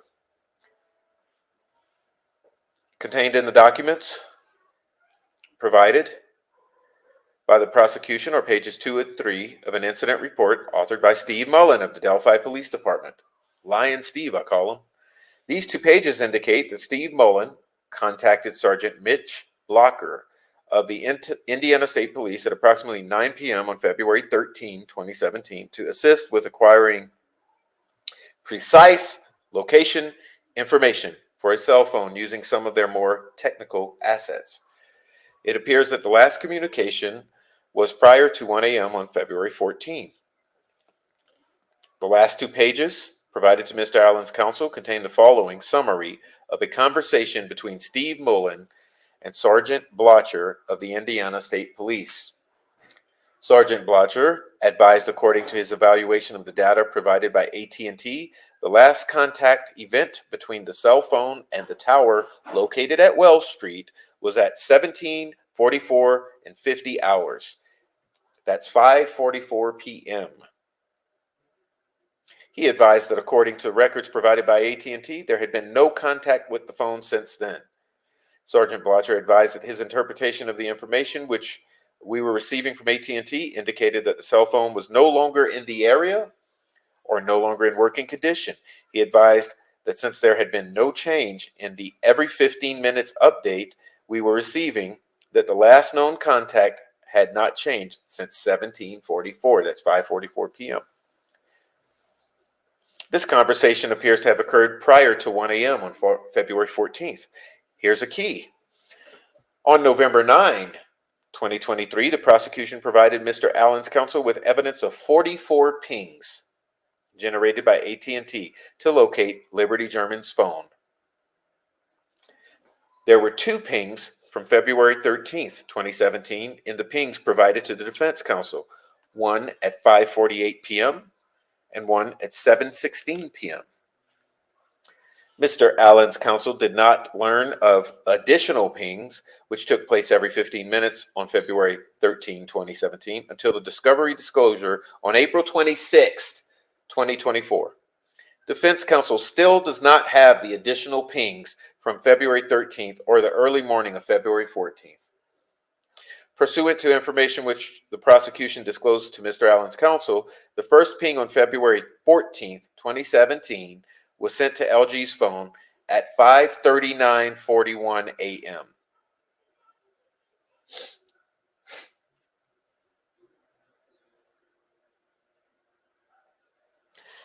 You guys read that yet? Have you?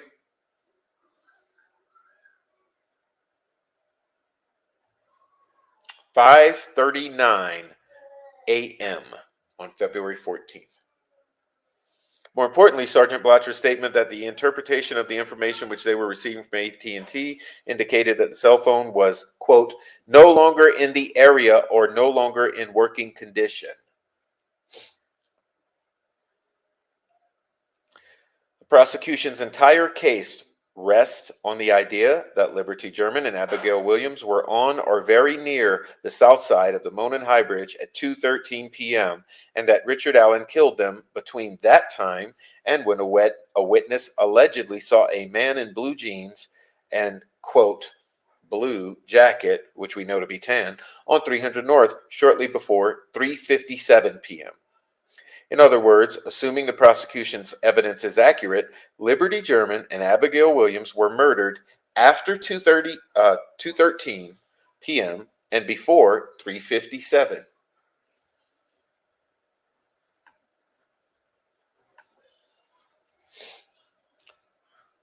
By the time the bodies of Abigail Williams and Liberty German were found, Liberty German's phone was under Liberty German's shoe, both of which were under the body of Abigail Williams. Assuming the prosecution's timeline is accurate, Liberty German's phone was under Liberty German's shoe, which was under the body of Abigail Williams from sometime after 2:13 p.m. on February 13, 2017, until the bodies were found at approximately 12:15 p.m. on February 14 and had remained in that location for the entire time. However, Sergeant Blotcher stated on February 13, 2017, that the cell phone was no longer in the area or no longer in working condition.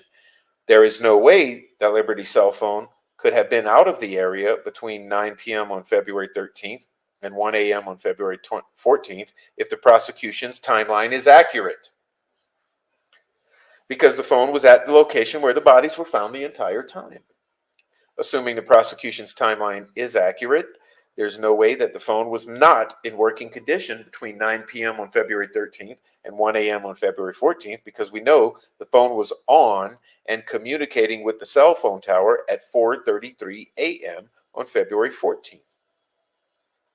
For the prosecution's timeline to work, the phone had to have been in the same condition from sometime prior to 3:57 p.m. on February 13th, same time the witness saw the man on 300 North, until the time the bodies were found on February 14th, 2017 at 12:15 p.m. Now, tell me how it makes sense. Please, please, please, please, please tell me how any of that makes any sense whatsoever.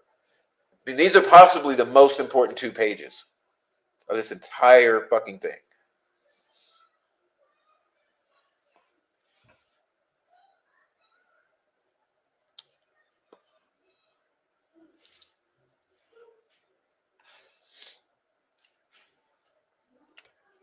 Paragraph 25.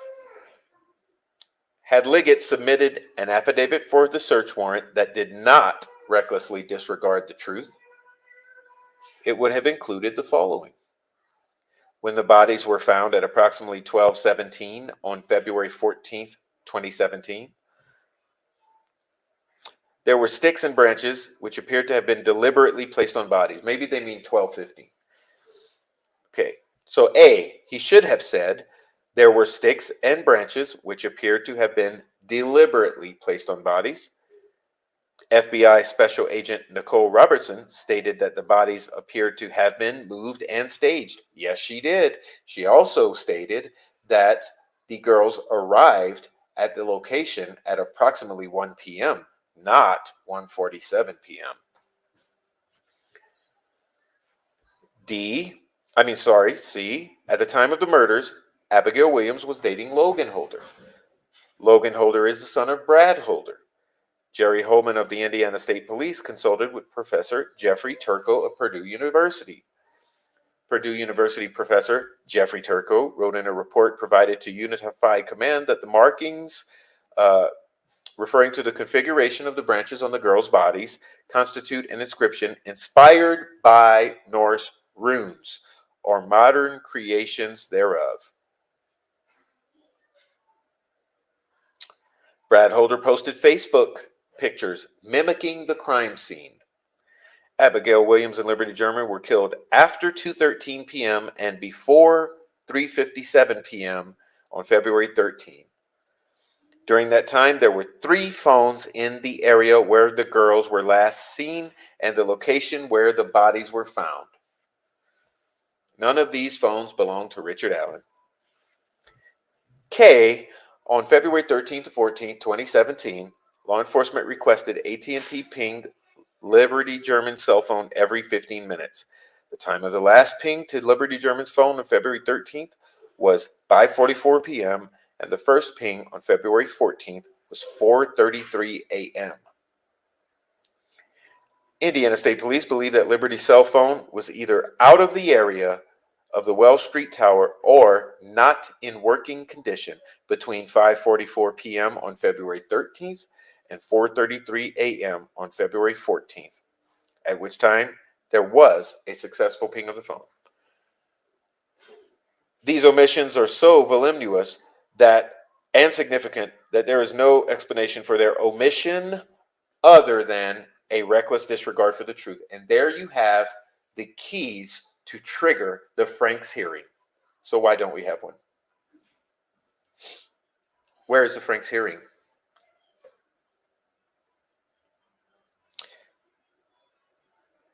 Had Tony Liggett not recklessly withheld pertinent information, in other words, omissions, which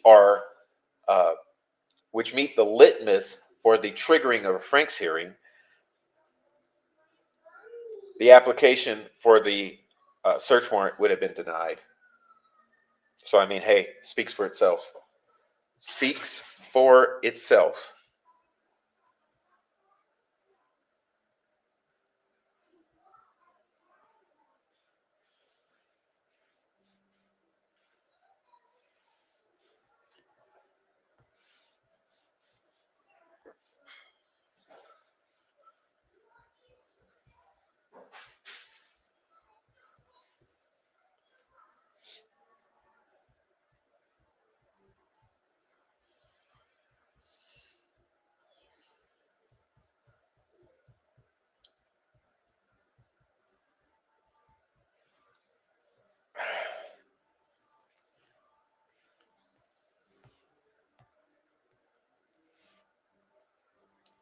Okay.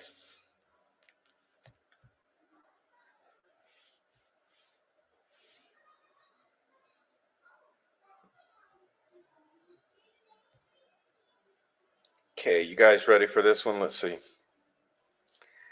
I got to get it up on the screen. Apologies. Just a moment, please.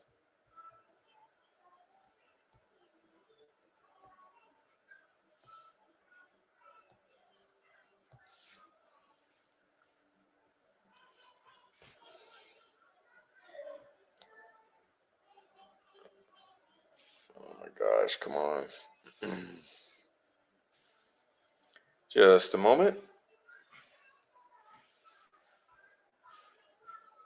There we go. Let's get it up.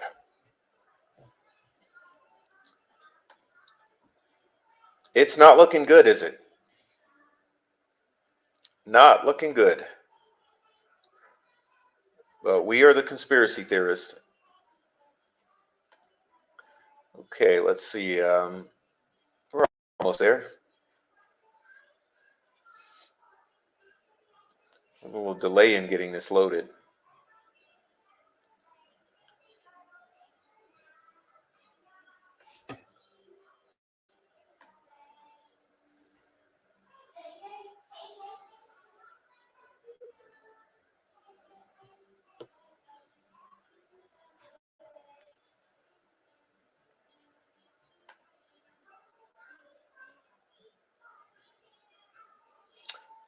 Where is it? Let's see.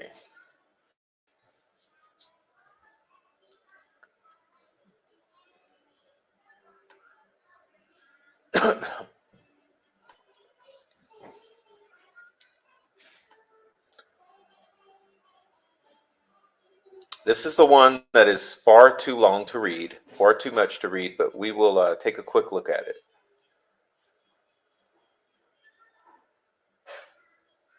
Okay, here we go.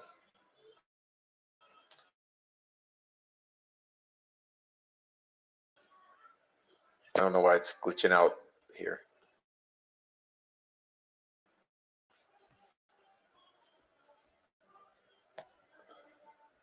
Come on, baby. What's going on here?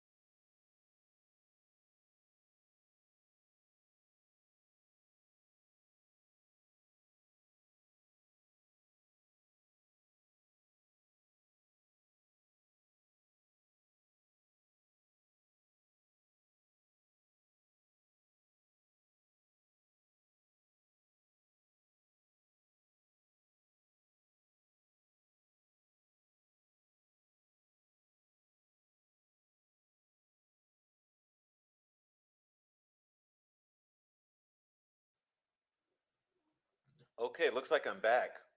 I got kicked out for some reason, got kicked out of StreamYard. Apologies. Apologize for that. I am still trying to pull up this the showstopper here. If I can try again, it crashed when I tried pulling it up. So here we go.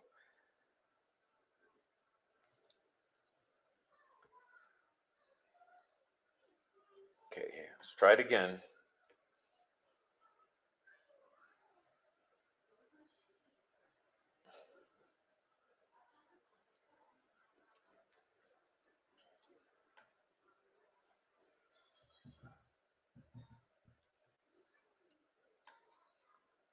Oh my, is that not working?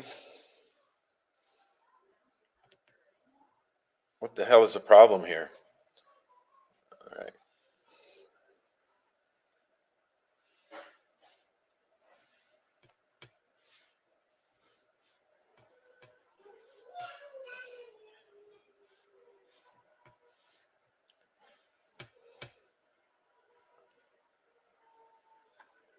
Okay.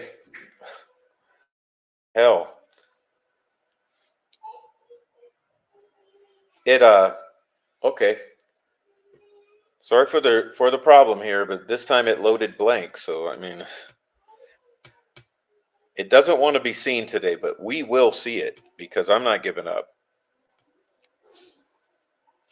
I will not give up on this one. Okay, let's try it again. Committed to making it happen. Let's try it again.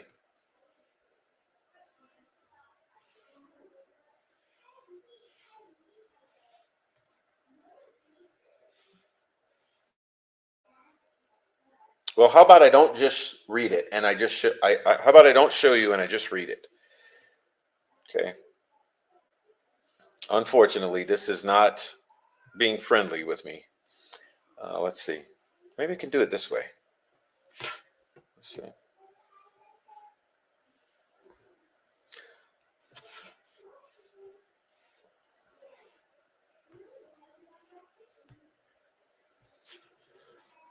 I'll just read it because it is not. Oh, it's not cooperating. It keeps crashing the software, but I'll read it because this one's bad. This one's bad. Richard Allen's third Frank's notice. Okay. On September 18, 2023, a day that will live in infamy, defense filed first Franks with evidence that Tony Liggett failed to include in the search warrant. Certain evidence that was detailed in the search warrant application was false. Certain was omitted, and evidence that law enforcement acted in an intentional manner in multiple instances, attempted to conceal evidence from the defense. The defense incorporates the contents of the first notice and memo into the document. Okay. On October 3rd, the defense filed the second Franks. Okay, and we've already been through that.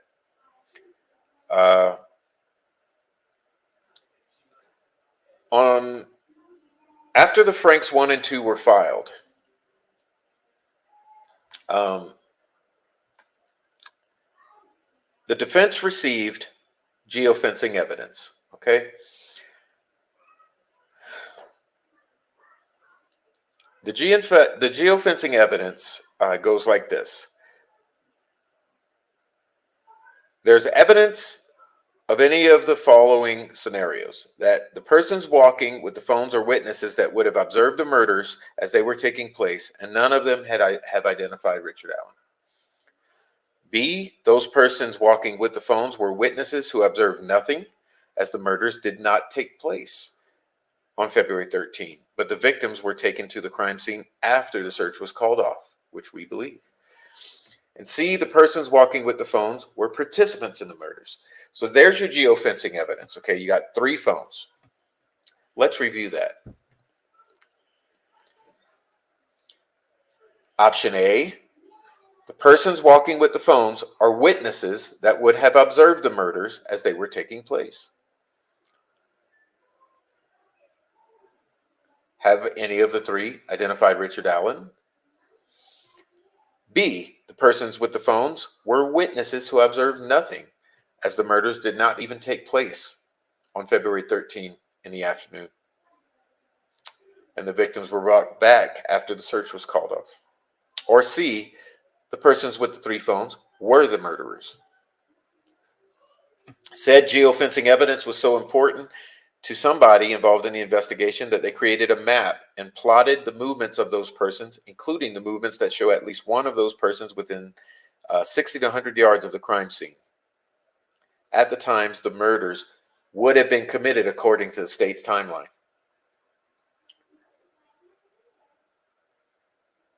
However, the defense is alleging that there's no connection to Richard Allen among these 3 phones. Furthermore, the map shows that the other two phones and the persons carrying the phones were in and around the crime scene between 12:39 p.m. and 5:49 p.m. on February 13th, 2017. That's a lot of time, isn't it? That's 5 hours. The defense has sought out but not been provided any documents or reports that contradict or refute the geofencing evidence. When Tony Liggett drafted his affidavit for search warrant of Richard Allen's home, he concealed from Judge Diener the fact that at least 3 phones and the people using those phones were moving in and around the crime scene. So that's an omission. Remember, when we were reading about the context and the litmus for the triggering of a Frank's hearing, omissions count.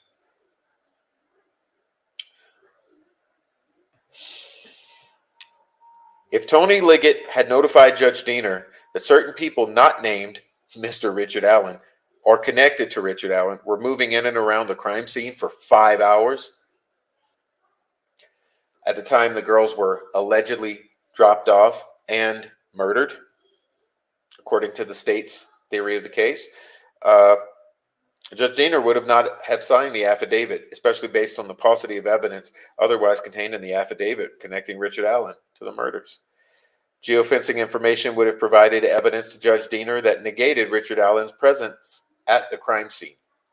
Liggett should have told Judge Diener that crucial, relevant, and exculpatory information, which had been available since 2017,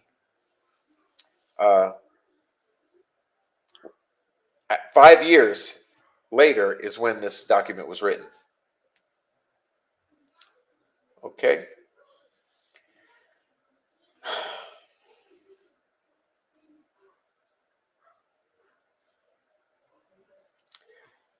We already know about Turco. Okay, we already know what Holman did and what Liggett did regarding Turco. I've already read to you the quotes regarding that.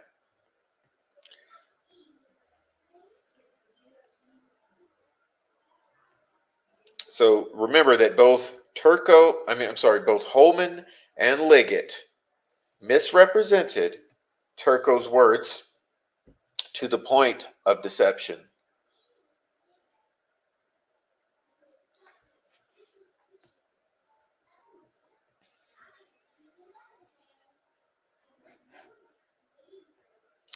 Remember, I've already read through all of these for you. You can go back and find them on the channel.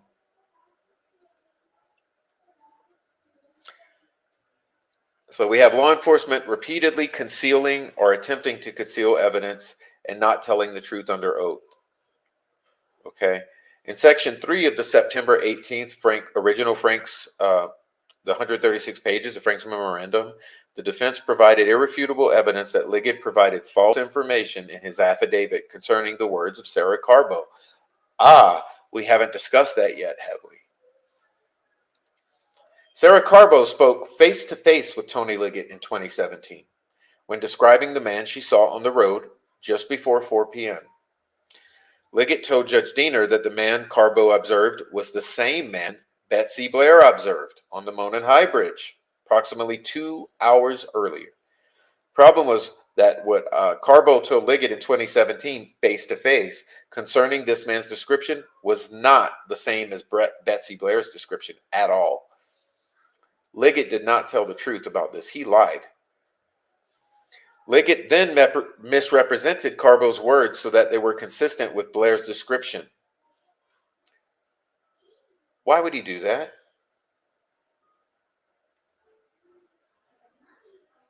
And for good measure, here comes the big one.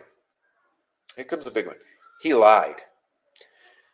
He added that Carbo observed blood on the man walking on the road, when that's not what she told Liggett in 2017 face-to-face.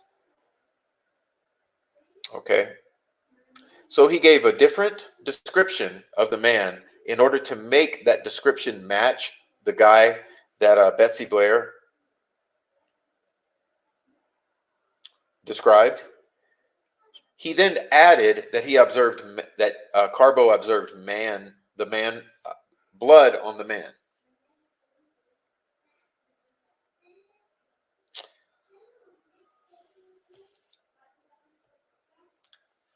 Liggett is omitting information concerning Betsy Blair's description. She observed this man from only 50 feet away on the high bridge. He also misrepresented Betsy Blair's description of the vehicle found at the CPS lot after she left the trails. The vehicle that appeared to her to resemble a 1965 Mercury Comet, and we've covered that extensively on the channel, that does not match in any form or fashion Richard Allen's vehicles. The defense would ask the court to reread the rest of the Franks 1, 2, and memorandum. Okay. This third Frank's notice provides additional evidence of omitted information of which Judge Diener should have been advised concerning 3 phones shown to be moving in and around the crime scene at the time when law enforcement would state the murders were being committed. Okay. This third Frank's notice provides additional evidence that Holman's sworn deposition testimony was false concerning the findings of a Purdue professor. We've already said that. And Holman's. They attempted to conceal the words of Jeffrey Turco and conceal the identity of Jeffrey Turco. So that basically sums up your Frank's motions to date. Now, like I said, we have not gotten into the Frank's memorandum whatsoever today.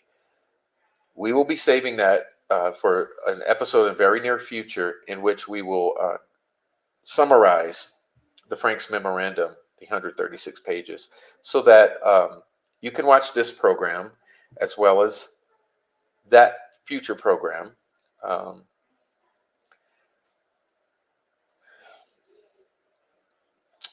And you will be brought thoroughly up to date on the context of the various requests and evidence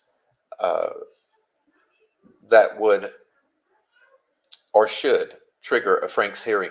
And not only that, as I mentioned before, we still have the deep dive into the 136 pages, which is available for you to explore. So I would like to thank you all for taking the time to have a quick review, if this could be called quick. It's a 2-hour review of the 4 Frank's motions, so that we could have sort of a basic understanding of what a Frank's is, for what some of the requirements to trigger a Frank's hearing should be, and for how Richard Allen's 4 Frank's motions fit into this. So,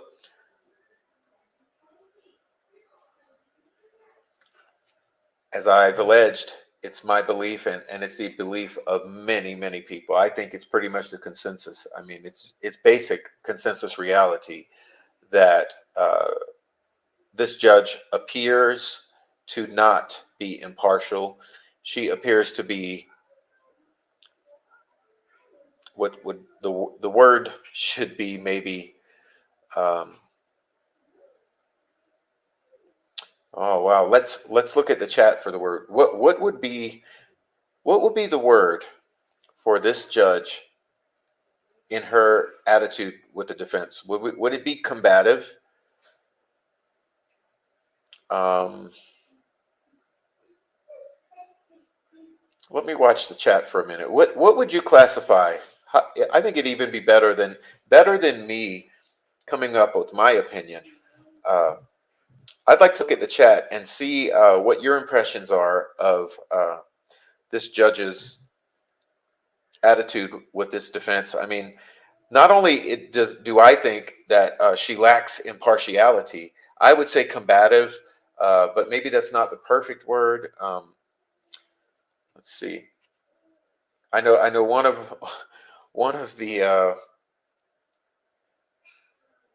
of the ex parte letters that I appreciated the most summed it up in one word, which was shame.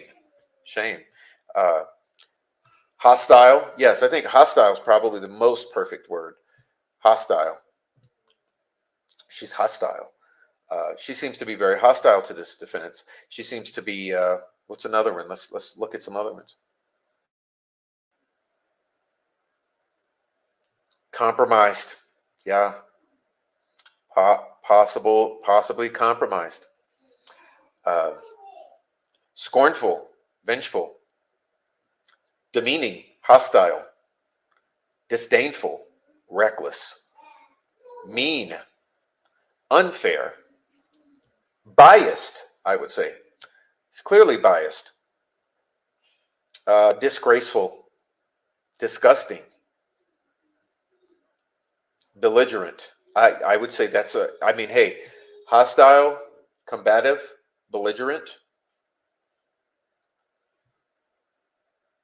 What else we have? Unwilling, prejudicial. Now we're getting into we're getting to the bottom level here. Words: scornful, vengeful, shit, compromised. What else we got here? Disgraceful, disgusting, gall, ignorant, unwilling, stupid.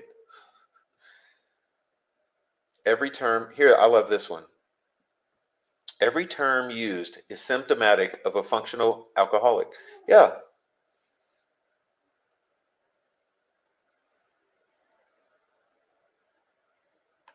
What is this one? Combative, unlawful, unqualified, incompetent, pathetically unaware of consequences, mean-spirited. Yeah. Liggett lies. That's Tony Liggett, always has been. Yeah, well, as we read early on, lying, omitting,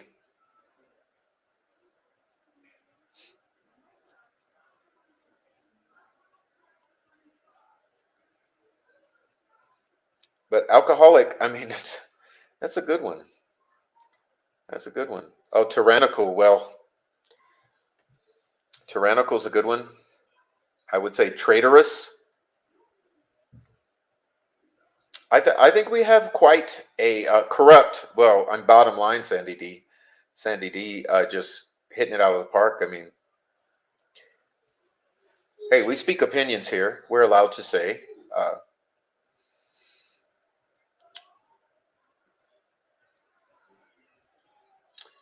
I mean, Michael says, thank you for coming in, Michael.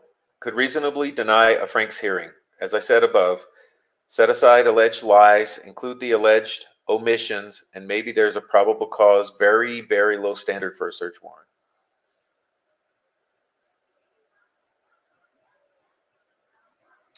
Pathetically unaware of consequences. Yeah, I mean, I just feel that, I mean, how can you defend straight up lies, including the word bloody in the search warrant? It was really, it was a ballsy move. It was a ballsy move. How on earth could you have the, the audacity to insert a word into Betsy Blair's mouth? Bloody. Not only did you change his attire, not only did you magically transform his vehicle, but you suddenly painted him with the blood of Abigail Williams and Liberty German.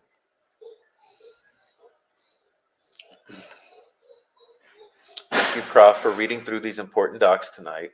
Well, it wasn't a read, sweetie. It was a gloss, a glance through them, and a drawing out of the most pertinent points.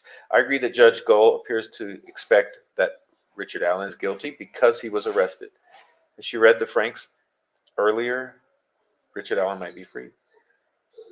I don't know. I don't know about that. I think that 136 pages plus all attachments, supplements, all the Franks. I'd like to know what evidence is in discovery because, hey, don't you want to know everything? Yeah, asshole. Thank you, Carol, for being properly vulgar.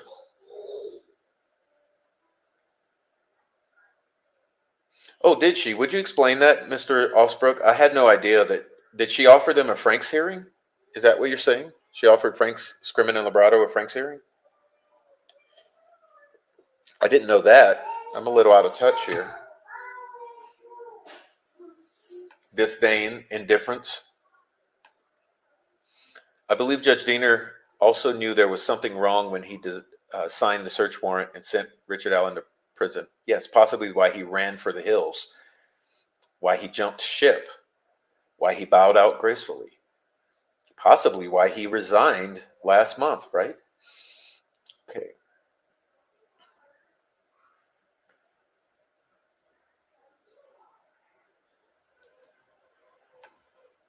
Okay.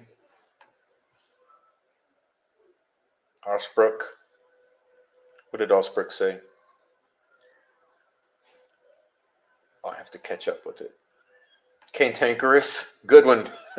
Good one, blessings galore. Yeah, cantankerous old biatch. Okay. How can she offer those guys and not Baldwin and Rozzi? Okay.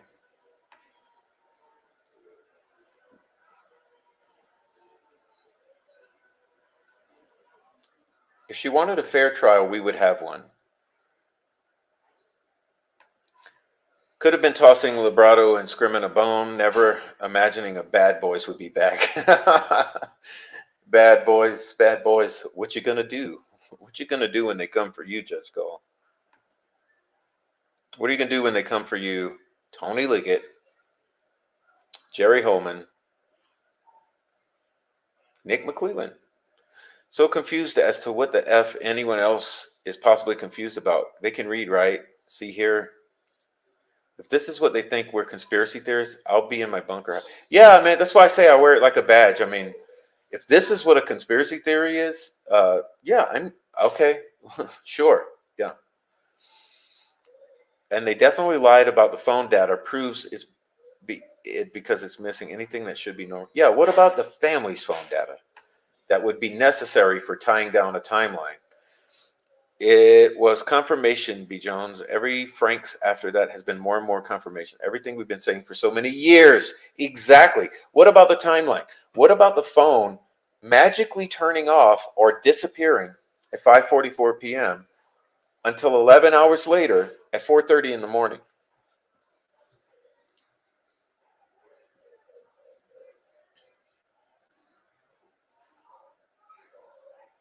Thank you, Bezo Jones. She did offer to schedule a Franks hearing to the second defense team. She did offer them a hearing if they wanted to adopt the Franks memo. She's absolutely fucking unhinged, okay? I'll say it. She's absolutely unhinged. She's absolutely fucking unhinged because why does the law not equally apply? Why would she not offer Baldwin and Rozzi? I mean, if why does it matter? It's not about the attorneys, right? It's about the defendant. It's him. It's him. It's not them. She said she would schedule a hearing upon adopting the former defense team's motion, but then denied the former defense team's motions when they were reinstated because she's fucking unhinged. Okay. She absolutely offered the new defense, of Frank's motion. Okay.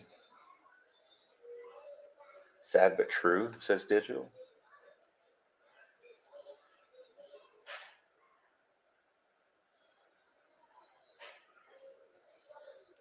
She didn't read the first Franks because she knew she wasn't going to have to, thanks to her Nick being up at 4 a.m. Emailing back and forth right after a supposed suicide she blamed the defense for. Yeah, speaking of that, let's talk about who is responsible for the leaks because they're still lying about it. Matter of fact, I heard them lying in the past 24 hours.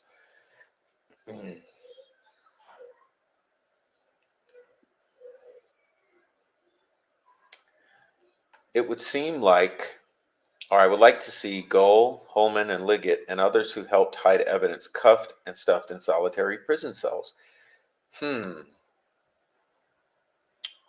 Yes, yes. I mean, Mr. Liggett, how many people have you put in jail or prison by lying or misrepresenting witness statements? I mean, does he need a does Liggett's entire career history need a review? Don't you feel that someone who would do that to this man could have possibly done it to another man and maybe another and another? How many people has Tony Liggett done this to? What did I miss? Hello, Caitlin. Welcome in. Welcome in, Caitlin. Hey, thank you, Blessings Galore. I'd give you a round of applause. I don't have my party horn, but thank you, Blessing Galore. Tomorrow is May 16th, National Barbecue Day. Oh, I would love to go get some in my local barbecue joint. Oh, I love that place. It's amazing. Okay. She definitely doesn't resemble Lady Justice. Ooh. Okay. Unhinged. On the outskirts of Delphi, there are lots of old school buggy driving German Baptists. I'd like to see them speak up. I can't keep up with the comments anymore. Sorry, guys. I try to put more up here. There's so many. Okay, let me catch up. Thank you so much, Blessings Galore. I appreciate that. Ladies and gentlemen, our blessings pathways. Let's see. Let me see. Amy posted them. Let me put some more up. We have Cash App. We have Super Chats. We have, I don't know, Buy Me a Coffees. Look on the About Me section of the YouTube page. We have various funding pathways if you want to support the channel, or hit like, or just comment and do whatever you want to do to support the channel. We love you. Okay.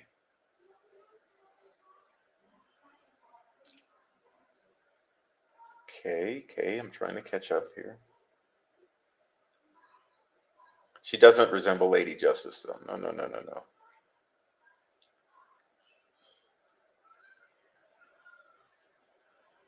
It's about following the law, doing her job without bias. She needs to go away. Yeah, I think she needs to be off the case. I mean, come on, all right, let me back that up. Let me calm down. She doesn't necessarily need to be off the case, but I think she needs to immediately rectify and change her direction and get on a straight and narrow and adjudicate this case fairly. Because right now, she gives all the appearance of impropriety, of bias, and of malfeasance. And so does law enforcement in this instance and the prosecutor. So it's looking bad. I mean, it's looking real fucking bad. And if you do get a conviction, you're going to get turned over on appeals. So you might want to straighten your course because this is looking bad. And even the most conservative, middle of the road person would agree. She is communist. Yeah. He needs a Franks hearing. I mean, my opinion, he needs a Franks hearing or he needs a new judge or a new prosecutor, a special prosecutor. Wave that red flag wide and high. Yeah, let's pop some balloons. Remember, we got plenty of red balloons to pop. Okay, that sheriff is so hopelessly minerally deficient. It's hilarious. Yeah, good point. Good point, Michael. The best judges are as invisible as possible. I mean, aren't they supposed to be administrators? I mean, they're not like it's not supposed to be the heavy hand here. They should be invisible. I used to like to say, as a teacher or as a leader, as a leader, in my experience, my role is that I gently guide. That's how I teach and that's how I lead. I gently guide. Okay, it's not a strong arm here. It's a gently guiding. Wonder if there are any civil lawsuits out there against Liggett. Ooh, that's spicy. Barbecue day tomorrow. Let's get some. Oh, who wants to come to my town? You guys gonna come visit me? Some of y'all need to come to the mountains here and have some mountain barbecue. It's really delicious. I'll show you where we go. I got the best spot in town. uh, will melt in your mouth. Absolutely. And the family of those people need to speak up. Yeah, exactly. Exactly. They sure do. Blessings galore. Amy, you are welcome. Well, thank you. Like I said, again, thank you. Oh, yeah, that's a little merch. Sure. We got all these things. We got all these things. Thank you so much for supporting the channel. It's hard to be invisible in a case like this, but it could have been done. Well, I would have loved to be invisible as a YouTube commenter, but apparently having some sort of moderate views of this case gets you stalked, harassed, doxxed, and threatened with death. I mean, it's pretty fucking insane. Buy me a coffee, the Prof's crew. There we are. That's one of them. That's it. Buy me a coffee. The best judges listen to both sides. We haven't seen her listen to one thing. No, she hasn't. That's what I'm getting at. She's been fucking unhinged. And I mean, dude, it's getting to the point where even the state shills, the YouTubers who are just like totally behind the state on this, and Richard Allen is totally guilty because he looks like he is, even those guys are getting to the point where they're having to acknowledge that that she's biased. She is biased against, or like Preckerson said, she's hostile towards the defense, and that means you're hostile toward the defendant, which is improper. Does she need to be disbarred, or whatever you would call removing a judge? She might be the Statue of Liberty. No, but the Statue of Liberty has a better shape. Cash App, Coffee for Prof. Vote in your local elections. Yeah, there's a key right there. There's a key. That's a fix to the destruction. To the defeating of communism happens when you vote. Please vote. Please vote. Please. Let's ask what happens if they find that Nicholas McClellan and the Dirty Bird Go have been communicating behind the scenes, because there's going to be a big investigation into this. Who and why doesn't want this going to trial? Too late for that, Prof. Ooh, I missed whatever you were saying, but thank you so much. whatever it was, it's too late for a lot, but hey, it's not too late. It's not totally too late for everything. That's why we get here every day, because like I told you, it's my belief, honest, it is my God to honest belief that no matter what, when Richard Allen is done with this case, when this case is done with Richard Allen, this goes on, because there's no way on earth that Richard Allen is the only one who could possibly be looked at for this case.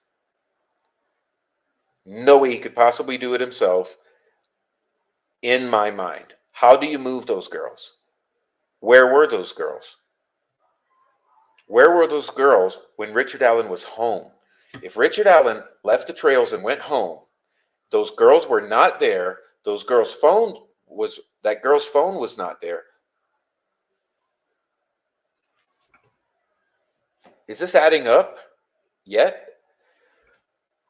I saw a video this morning on another channel showing Mayor Evans, who had given himself an alibi, but it looked incredibly guilty on stage. Yes, he did. I believe he was at Anderson's. Where is Anderson's? Oh, yeah, across the street from. She needs to be off the bench. All right. To me, I can see how it would be hard to be in the middle, but that's because of the actions of Nick and Ellie are shady, and they even fail to show clear evidence. I'm in the middle. I've told everyone I'm in the middle, because how would I know about Richard Allen's level of involvement or non-involvement? I have no clue. I'm in the middle. But one thing I can tell you from being someone in the middle, I can tell you this, that prosecution and judge, the state, is extremely heavy-handed and biased. And that's clear. That's going to be even clearer to the people who believe in Richard Allen's complete guilt. Even they have to acknowledge the bias of this court. And that is unjust, it's unfair, it's improper, it's disgusting, and it's shameful. And I'm actually embarrassed. You could be better. You could be better.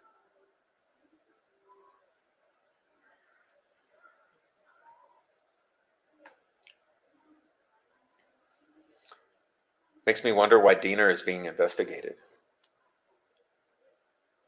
Why are they losing stuff if he's so guilty? Should not be hard to prove.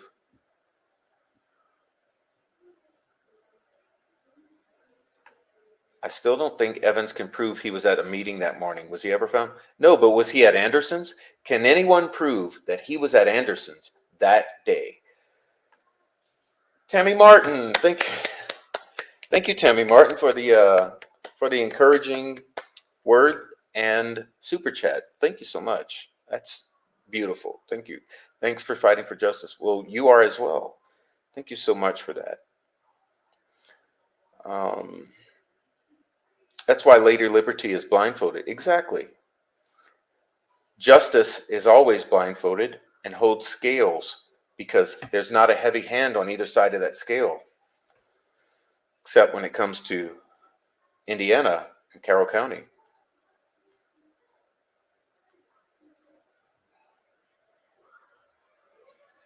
Yes. Shame. Remember, shame.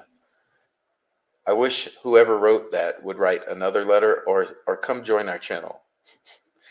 I need a sense of humor here. The way that they immediately started the cover up makes me think the message was directly related to them. Immediate cover up, possibly even before the girls were found. All right, that's my opinion. My opinion is the cover up started before the girls were found. Okay.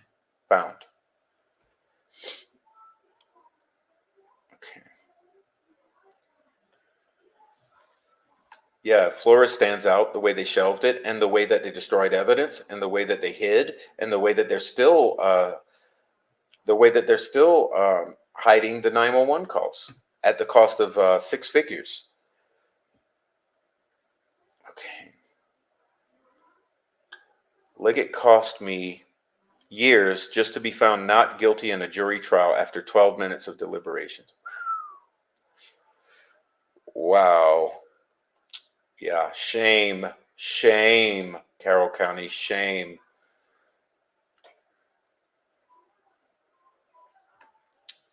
What up, Shay Watson? Hey, welcome on in. Every single creator and their members, no matter which side, needs to ask themselves if they would want her on their case if they were on trial. No, you fucking wouldn't. Amazing point there, Shay Watson. Very amazing point. Welcome in, I have a Apophis. The bias reminds me of the scene from Gladiator, where unknown fighter is stabbed behind the scenes before entering the arena to weaken them, ensuring a victory for the emperor's favorite.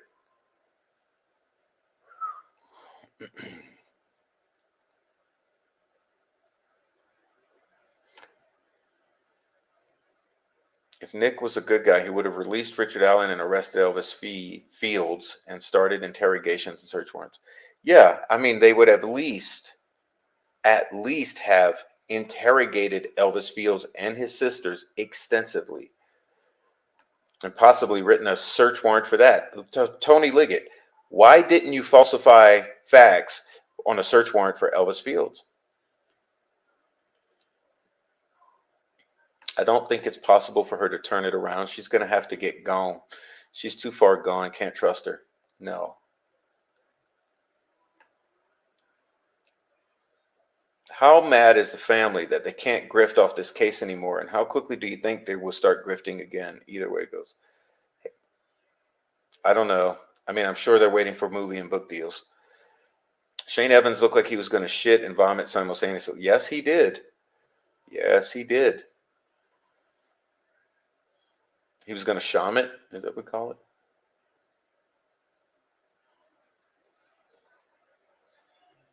What really happened to his girlfriend? Been wondering the same thing for a couple years. She wasn't the only girlfriend who died. Would you elaborate on that? More, Precascent.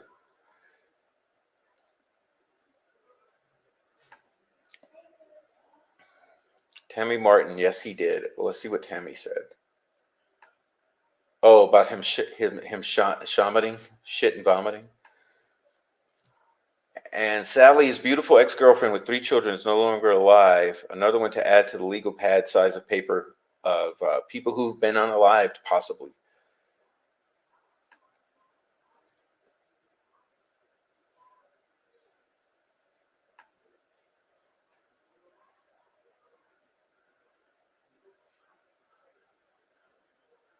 How many dead girlfriends are there? That's what I'm asking. Jerome Weiss. Mm-hmm. Yes, and Cat.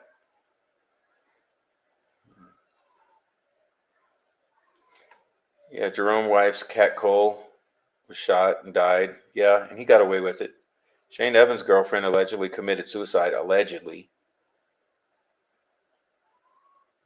Where did Kelsey really drop off the girls? How often did she tell her sister that she loved her? If she was only going to be gone 2 hours. The cover up started before the girls were dropped off. Well, I'm starting to believe that, Crystal Blue. Did they ever get dropped off? I mean, this whole fucking story just absolutely never made sense. It makes no sense. The only person who's ever been able to try to piece it together was Gray Hughes. And who the fuck believes any of Gray Hughes' narrative? How does Gray. Okay, if the only story that ever made sense with their story is Gray Hughes, and Gray Hughes is contradicted by the state's evidence, then what does that tell you?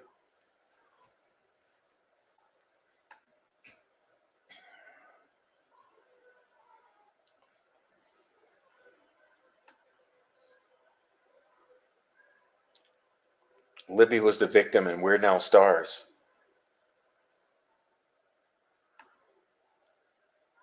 In the very beginning, it was Mike who dropped him off and was to pick him up at 3:30. Abby's aunt was to be at aunt's for birthday party. Remember when what's his name? Burston. Remember when Burston was on the little radio show that the ISP runs and he said a parent dropped them off? You guys remember that? Was it Burston misunderstanding that Kelsey was supposed to be the one who drops them off? Or was Burston telling the truth in that a parent dropped them off? Remember Burston saying it, parent. Also remember Burston saying that don't uh, assume that the voice saying down the hill and the video of Bridge Guy are the same individual because they're not necessarily the same. Remember Burston saying that?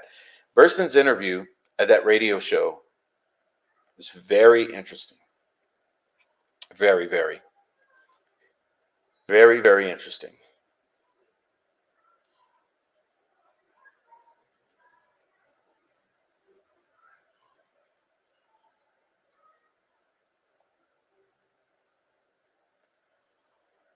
Indiana Road Show, something like that. Yes, the ISP radio show. Northern Star says, I asked Tara who dropped them off, and Tara told me she dropped them off. They are lying for dark reasons. Whoa.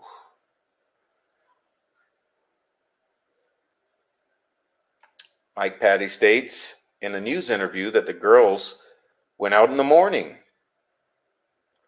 They better have banana pancakes in their stomachs. Gray fed Kelsey the timeline and coached her. I vote party the night before older girls got away. Oh, yeah. Yeah, I see. Do better, people. Tell the truth. How many people died by arson in that community? Just insane, gray pubes. Yeah, he created the whole narrative and all that. And here's the thing. So I'm getting at. If the evidence that the state has turned over in discovery does not add up with Gray's story or timeline, so what? So what really happened? And why is this judge and law enforcement prosecution being so heavy-handed with a thing that doesn't add up? I mean, I'm not making shit up over here. Neither are you guys in the chat. A mom wouldn't off herself in a park. I can't even fathom that.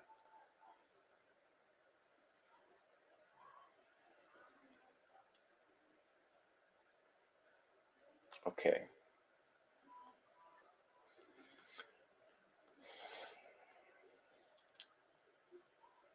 Okay. Thank you, Northern Star, for that comment. That's interesting. The reason the defense has filed all those rambling, ranting motions is because you can't introduce new evidence in an appeal. But yeah, you put it on the record, and they know they're going to appellate court, so they're getting everything on the record. That's my opinion. That's my conspiracy theory. Hey, I'm allowed to have it. Geofence would prove for 100% that Kelsey and Liberty was in the same place at the same time. So ask yourself, why is a prosecutor fighting for the geofence not to be allowed? Yeah, I've been concerned about that too. That's my opinion too. That he doesn't want discussion of that geofence evidence related to exonerating Richard Allen. Red flags.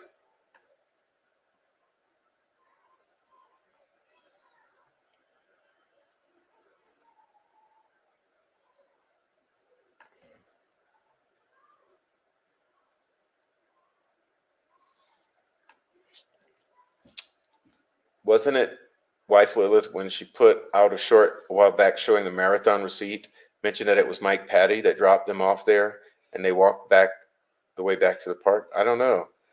But I mean, what about that marathon receipt? And what about that marathon footage? And what about the marathon hard drive that was destroyed? I mean, you guys seeing something shady here with the marathon? Here's another thing. How close is that marathon to Riley Park?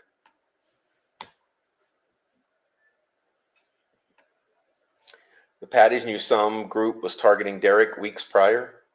Well, it looks like they may have pulled off the hit, doesn't it? I mean, wait till you see the crime scene photos. You'll feel the same. Gray Hughes has moved to the Sebastian Rogers grift. Okay.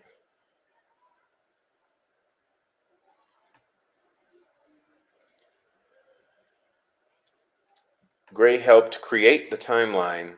Who the fucking what world let a guy out of nowhere make up the timeline? Get the fuck out of here. That's what I mean, dude. The Gray Hughes thing. I mean, it's come on, like, why was Derek at Wilson Bridge?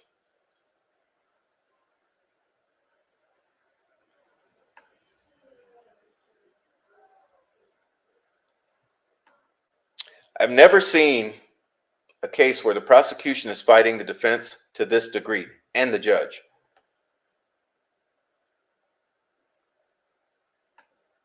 All right. No, you're not allowed to even mention them. Otherwise, the whole troll farm comes to you and wants to kill you.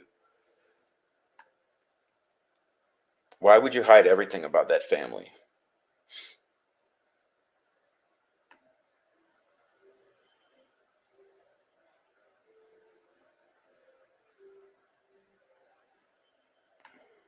I cannot vouch for this, but welcome in Canadian Nana. I've seen Libby's post from night before early AM and she was furious, mad at everyone. It was later deleted. I figured it was law enforcement who deleted it. In hindsight, it was probably Kelsey. But I've never seen that. How did they still get it wrong? They said they went off the phone call time of Kelsey and her boyfriend, yet say off of video evidence. So who is lying? Yeah, and where are all the phone records for the family that would be essential in providing a timeline? If they would have listened to Tina Rodell, they may have been looking at the right crew. That's my opinion. They should have been listening to Tina Rodell. They should still listen to Tina Rodell, and I think she's telling the truth. I think she always has. I mean, isn't it odd that her statements line up with my total independent findings before I even knew of her? Didn't the owner of Marathon die suddenly? I don't know. A couple of them have died, as far as I know, and there was a receipt, allegedly. Gray Hughes has a one-track closed mind, unable to actively listen. He doesn't want to listen. That's not his job. Libby was missing for days. Abby was dropped off to Patty's on the 12th. The geofence would prove the whole case. We know that they have it, but don't want to let it be shown. Any prosecution would shove it up the defense's ass. Yeah, if your geofencing showed your suspect doing the deed, you would shove it up their ass. Gray Hughes states he made a timeline and Ellie wanted him to do a reenactment. My God. Well, you got someone else for that now. You know who does that. They're all working for the same team. Why? Okay. Maybe? Amy, come on. Come on, Amy. Maybe? I think it's pretty obvious that he was. I think, like, this whole statement here, ain't no maybe about it. I mean, I think this is pretty obvious at this point. Yeah, no doubt, Georgia Jakes. Big red flag is Derek and Tara not asking Cheyenne if she saw the girls or anyone else. Which group has the photo equipment that can alter pics and video the way the eye shows in Shadow Man? I don't know. Maybe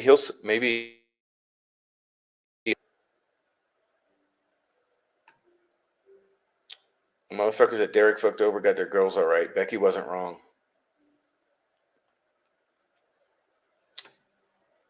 Kelsey was Photoshop queen back in the day, Crystal Blue. She used to be paid for editing shit. Maybe still is. Yeah, a bunch of them were. They were all in the photography, that whole little crew. Remember? They were there to search, yet sitting in a car looking like a drug deal. Remember that statement? Yeah, it's that. I mean, come on. You think there was a search and urgency? It doesn't appear so. Okay. I was looking the evening they were still missing. She was angry and saying, "You're not my friend. None of you. Only so and so is." I forget the name, but yeah, she was mad. Wow, I've never heard that story. Derek supposedly Diane, no fat flannel shirt guy yet, asked him when he got on the trail.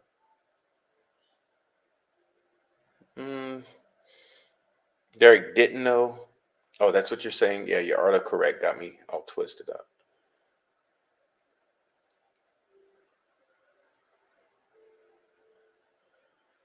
Amber Balls. There it is. There it is. Yeah. Thank you, Northern Star. A lot of people have died in this case, and some more may. I mean, we better get this shit on the road. We got to get this shit dealt with and the ball on the road because people are dying. Phone records like the coach from the Colts in the 99 playoffs. What playoffs phone records? I don't know the story, but it sounds entertaining, Chevy. Didn't Kelsey start a photography business? Well, I wouldn't call it a business. I would call it a Facebook page. She was in a big fight with some friends about the Anthony Shots thing. Oh, wow. Is that why Kelsey went to deleting? I question that as well. They already knew why Cheyenne was bloody. Thanks for your answer about Kelsey's photography skills. Derek Jeremy was a CI. That's why he didn't go to prison for that ammonia that he stole from the farmer. Yeah, he I guess he also threw some people under the bus, like a couple of other of our YouTubers. You'll be finding out about that in the future.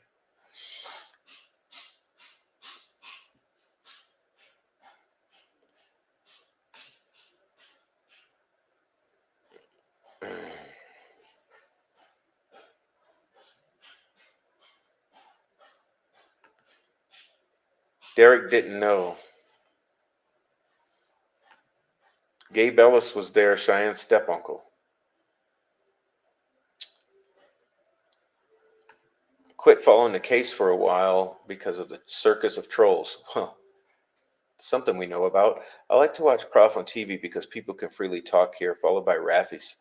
Yeah, I love Raffy's show. What up, Just James?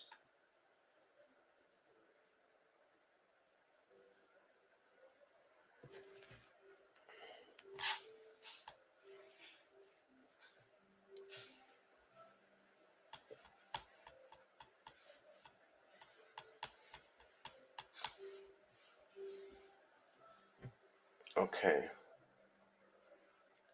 Why would law enforcement want to hide the fact that Gabe Ellis was there that day?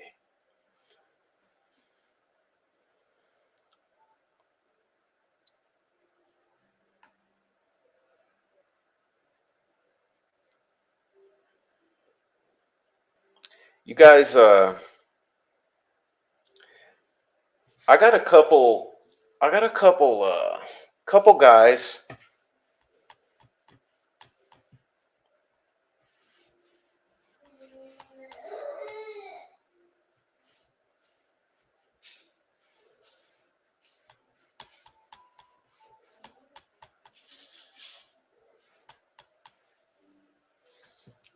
I got a I got a couple guys who I think look like that bridge guy image. Is that Are we allowed to talk about that? Kelsey deleted because she knew how wrong it was to catfish Libby pretending to be a boy interested in her.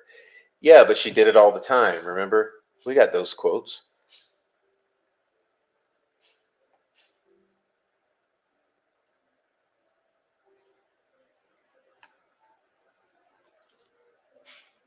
What's up, Bill?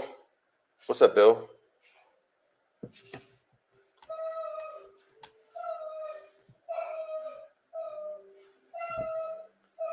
Um, yeah, well, see, that's been my attitude for like a year. That's been my attitude. How come only the people that were really out there that day was family members and friends of the family, including the searchers? I mean, it's been my issue with it the whole time, Chevy Killer. It's like no one sees that. Are we the only ones who see that? You and me?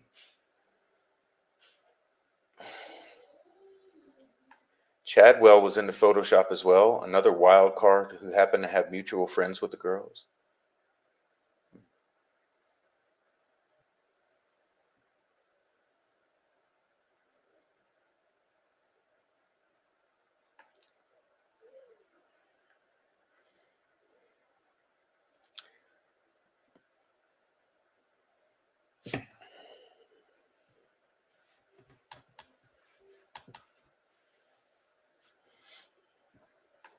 Most judges, former prosecutors, with same mindset, guilty if charged. She's on another fucking level. I wish more people would pay attention because this shit goes on more than people realize. It needs to get fight for change.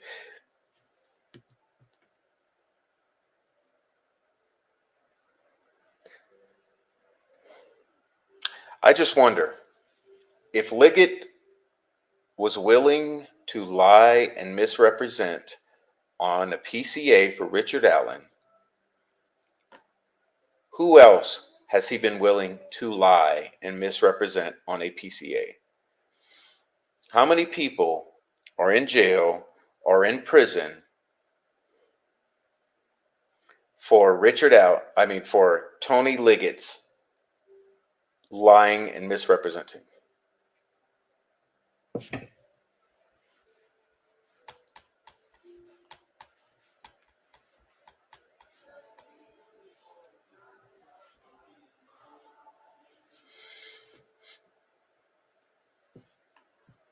Shannon and Kelsey were best friends at the time. Yeah, I know. I found that on Twitter. Remember, it was a Twitter post. Screenshot it, don't worry. What kind of investigation lets the family tell the story? Yeah, through Gray Hughes. Kelsey knew exactly how to get a hold of Ancelotti's shots immediately. Okay. What kind of investigator allows a sister to delete shit from the victim's phones and accounts?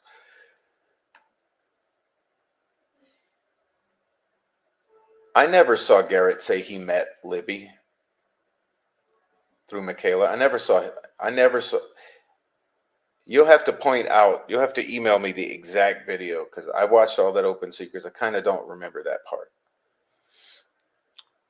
So that's a bold statement. So I want to make sure before I repeat it. So I'm going to say I can't vouch for that one.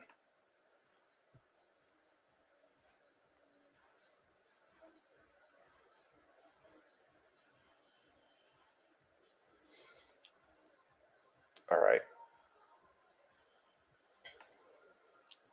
They were both wearing my sweatshirts.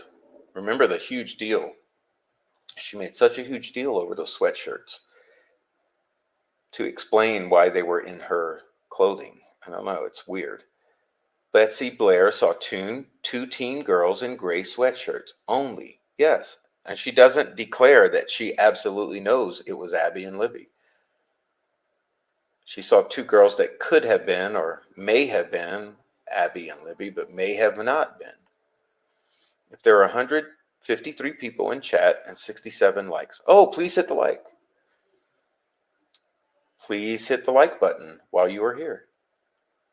Okay, guys, well, we're going to wind it up. We won't be much longer. I want to thank everyone for being here. We'll bring it to an end soon. Let's see. As an author of 2 novels, I think it is impossible unless arranged to be apart. Yeah, it doesn't make sense, does it? What grandma goes to fucking Crime Con? All right.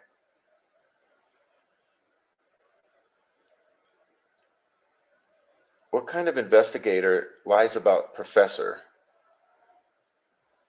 Okay.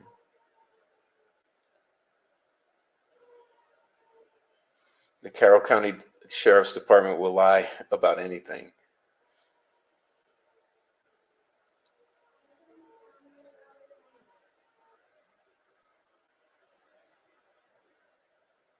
Okay. I think I've caught up. Have I caught up with the chat yet? Yeah. Have I?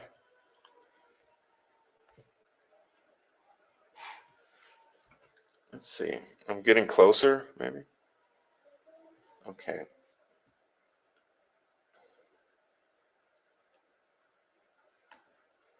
Yeah, that was kind of my assumption, Chevy Killer, that she started with all that shit to explain her DNA on those girls, maybe. I don't know. What kind of system allows a sister to delete? What kind of system allows a sister to hold and alter evidence? Where's the chain of evidence? When would that ever fucking happen?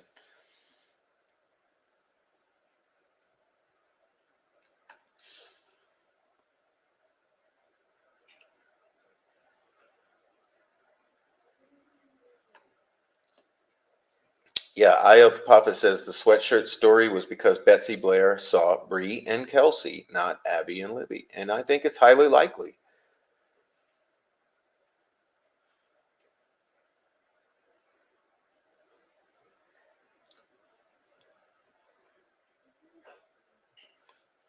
I don't know. You guys got a comment for Chevy Killer's comment here? You guys got a response? I'm not remembering that too clearly. I mean, kinda, not really. Maybe some in the chat would. Give me a moment to get something to drink, please. Just a moment. I won't be long.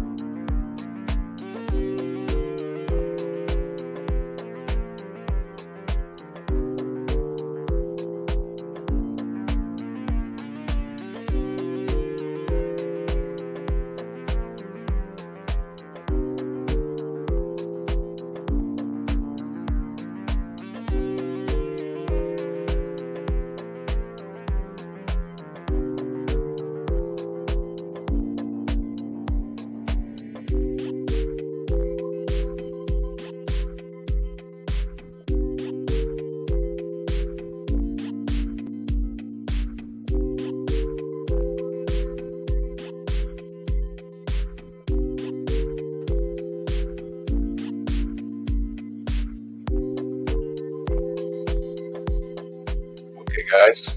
Apologize for that. I had to get up a minute and get something to drink. All right, we are back. We're gonna all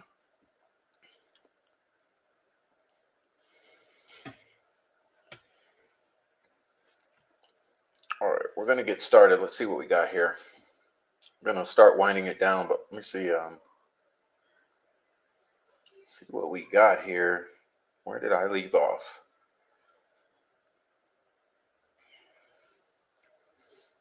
Oh, she said she gave DNA 7 times. Well, she said she was interviewed by the FBI, who were very mean 7 times. Smells bad.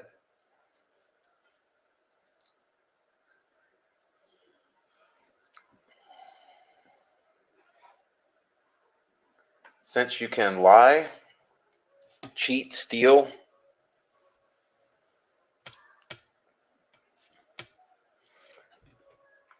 to get warrants over there, I don't know, but you might have gotten punched by Gull at the bar last Saturday. No one's checking, keeping track anyway. Maybe then she'll pay attention to the Frank's motion. Pardon me. Appreciate your review of documents, and yes, Gull is all of the above. What is it with Indiana Supreme Court? They had a chance to make this right. They failed. They don't care. Why is FBI letting this happen? I mean, I don't understand with the feds here.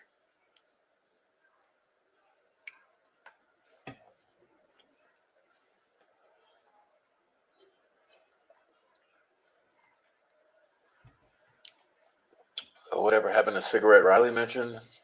And after they said they have DNA, Kelsey started saying she gave the girls a sweatshirt. She made a huge deal over it, like 1,000,000 times. I never liked that. I was told at the beginning by a good friend, babysitter for Abby's, that the DNA was a hodgepodge of all family and one thumbprint by Broondog, who felt for a pulse. I don't know.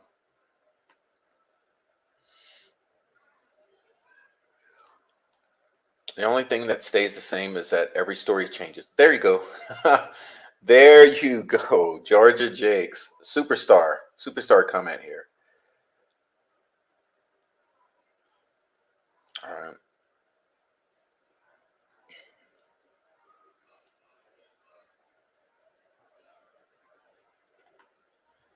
All right.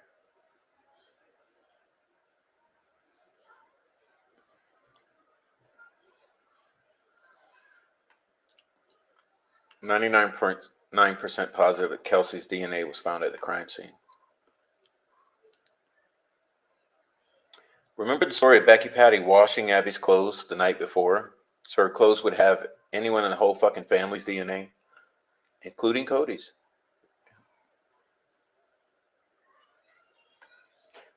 I like this guy's podcast. Very cool.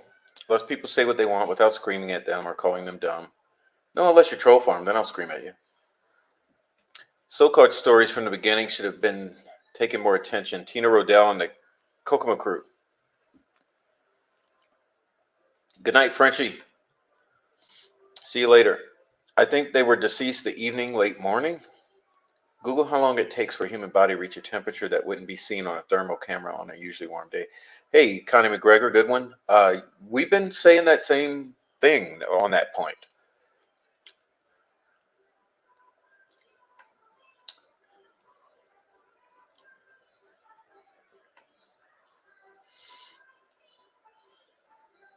Thought it was Pat Brown who shook them and attempted to administer first aid when he discovered the girls. I don't know.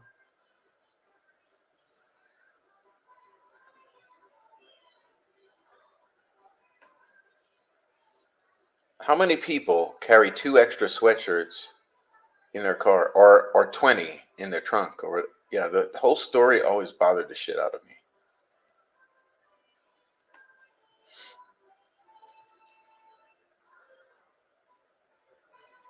Uh-oh.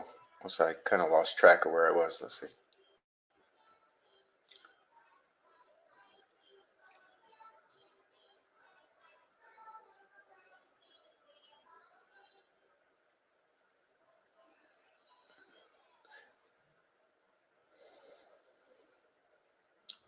Oh, just like that sheriff who's been caught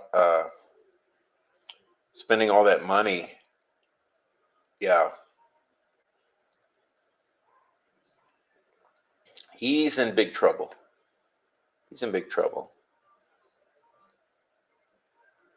Clever alt name is a new troll. No, that's an old troll.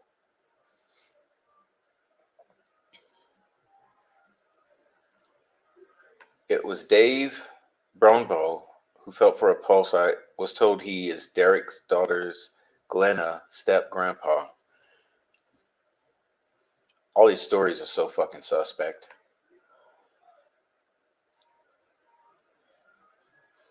He was suspected for years. Look at much how he stole. Can't tell me he didn't commit fraud in cases too. 99% of people are awesome here. That's why I love this chat. Let's see. Becky Patty basically covered all bases by saying that she washed Abby's clothes. Any family DNA could be explained. Of course, the cold water of the Wabash River could help cool down bodies' core temperature. Also help hide them, like when you catch a fish without anything to keep them cold. Exactly. Now there you're getting it. It would also be it could also be a cause of the draining of blood, right?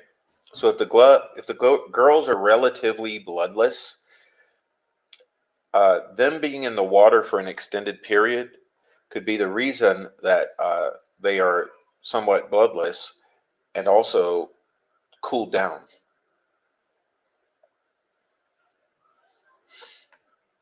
Do you think the staging was to point them in the Odinist direction, or were they involved too? At this point, it's hard to determine. I think it's either a setup on the Odinist, simultaneous with the setup on Ron Logan, or there truly was a sacrificial component to one of the girls. So it's either or. At this point, we just don't know. At least I don't. They weren't there when that drone was flown. I don't believe they were there until 4 a.m. or something, 4:30 a.m.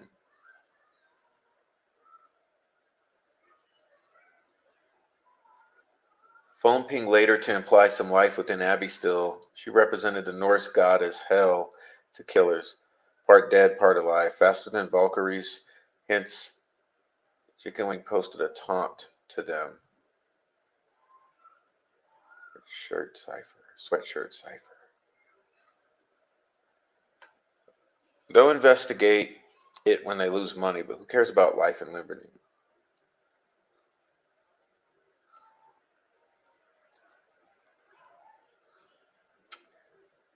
Good night, all, says Frenchie. Good night, French.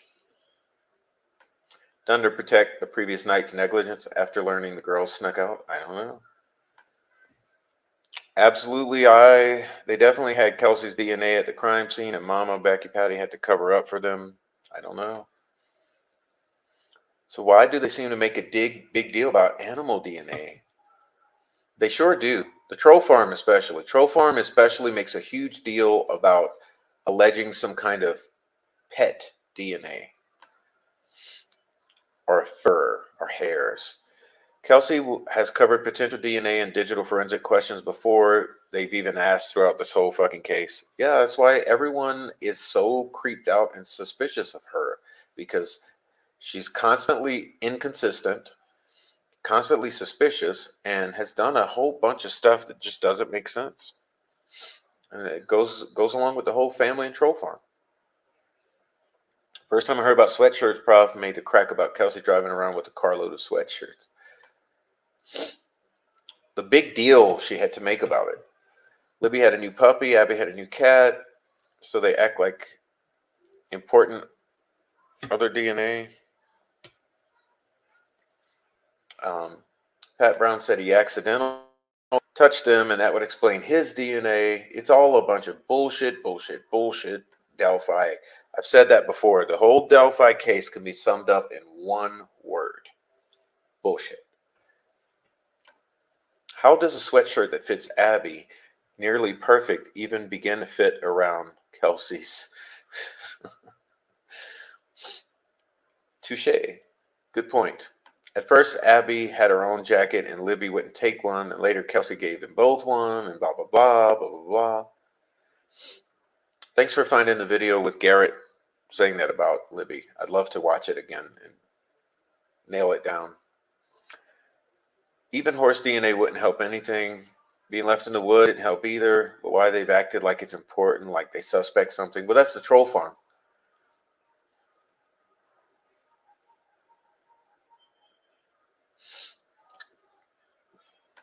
I heard that Pat freaked out and threw himself on the bodies. Very overdramatic. Not sure if that's true. Well, I've heard the same, that not that he threw himself, but I heard he went and he touched them all over. That was a story I heard. Yeah, but what does that? What happens with the tree branches then? I mean, you're not shaking them very much with those branches. Makes me think it never happened.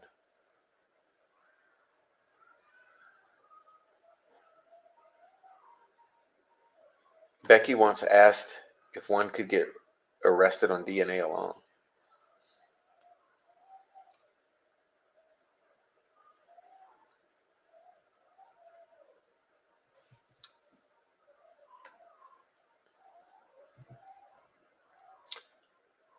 Okay. Important points here. How did the girls' bodies get cleaned? Because you would suspect, with the injuries that they sustained, that they would be covered in blood, both of them.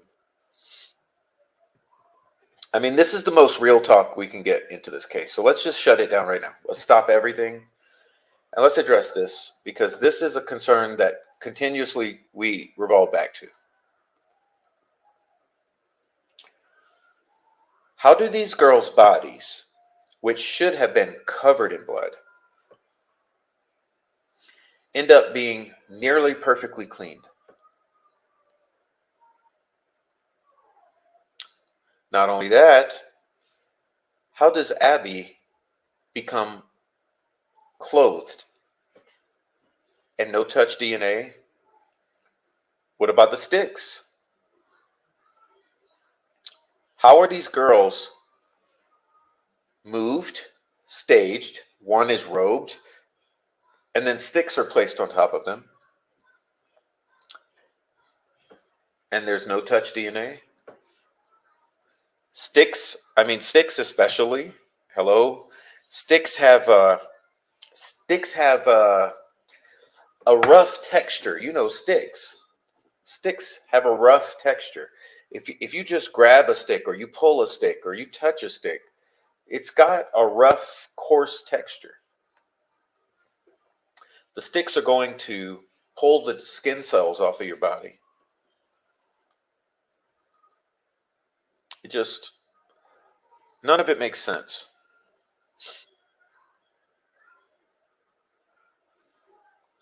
They would be covered in blood.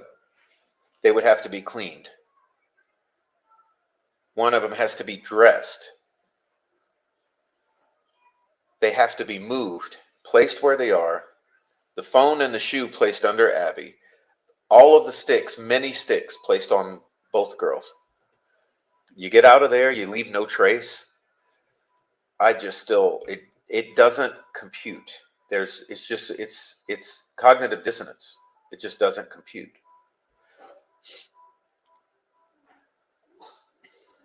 Okay.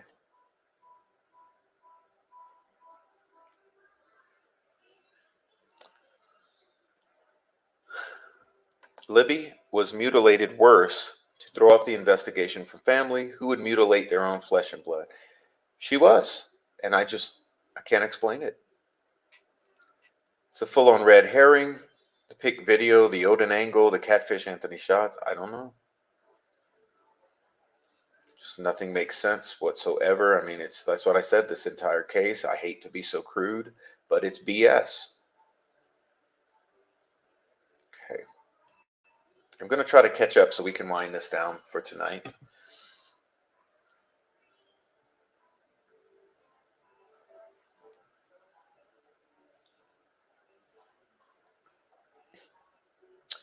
Prof, didn't the phone, yeah, the phone, Liberty German's phone, did stop pinging. at the time that Mike LaPatty left to go to the police station. True story.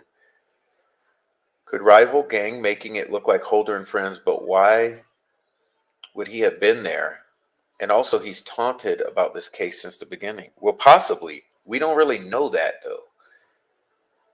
Because remember, the thing that I took away from most in the from the Todd Click information is that Elvis Fields habitually replicated Brad Holder's whole deal on Facebook.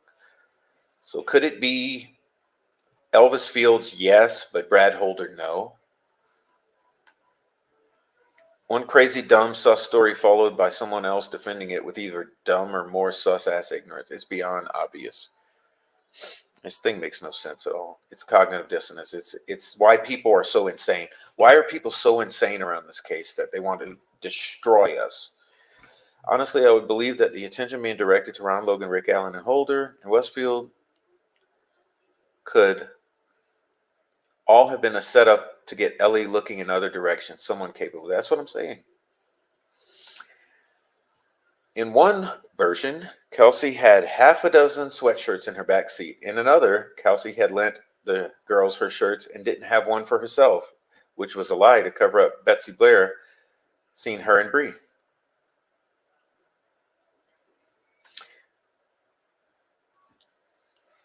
If he was, no, I don't agree with this, Georgia. If he was being set up, maybe he wouldn't be worried because he knows he's not involved at all. I mean, I would think it's the opposite. I would think if he was not involved, he wouldn't give a shit because he knows he's not involved. So he knows they can't prove that he was ever involved, so he's not going to give a shit. And I thought it was very interesting when this Frank's memo dropped, when this 136 pages dropped. I was very well aware that Brad Holder was taking messages. In other words, he was taking Facebook messages and responding to them. What kind of guilty person would do that? I don't know, but maybe. I'm just saying that I found it another thing that it was very interesting that here's Brad Holder, the Frank's memo drops in which he's a central figure, and yet he's responding to Facebook messages and saying he's going to sue people. I mean, which is to me, I kind of would think someone who is not involved would be saying and doing, but I don't know. Could be a setup on him, but it could not.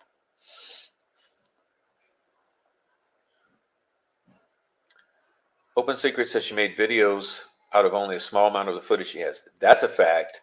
There's more. There is more.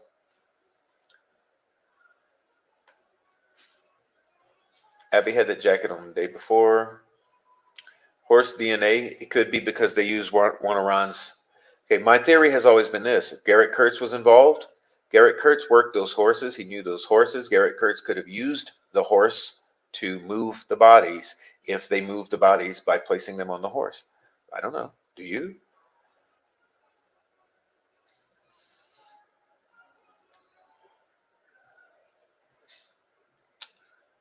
Are any pictures of Libby in her bedroom with the new paint color? A weird timing of the fresh paint is strange. People paint for new family additions, or in this case, yeah, I don't know. I don't know why. I mean, I think it's it's a huge fucking red flag with these people with the freshly painted room. And then the whole story about the paintbrushes are left out, the cans are left open, the remember the outlet cover was not replaced. Just big deal over big deal after big deal after big deal with these stories. I think the troll farm has been fed some inside information about animal DNA that they think is important when it really can't be if using common sense.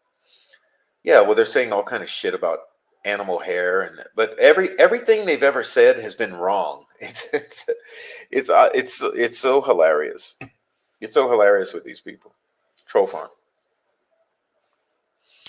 Everything they've said has been wrong, and that's just bottom line. Troll farm. I'd love to see if you've got it. There's a pic of Abby fishing with that jacket with the hotel parking lot. She isn't wearing. Yeah, isn't she wearing that little sweater thing, or is she not?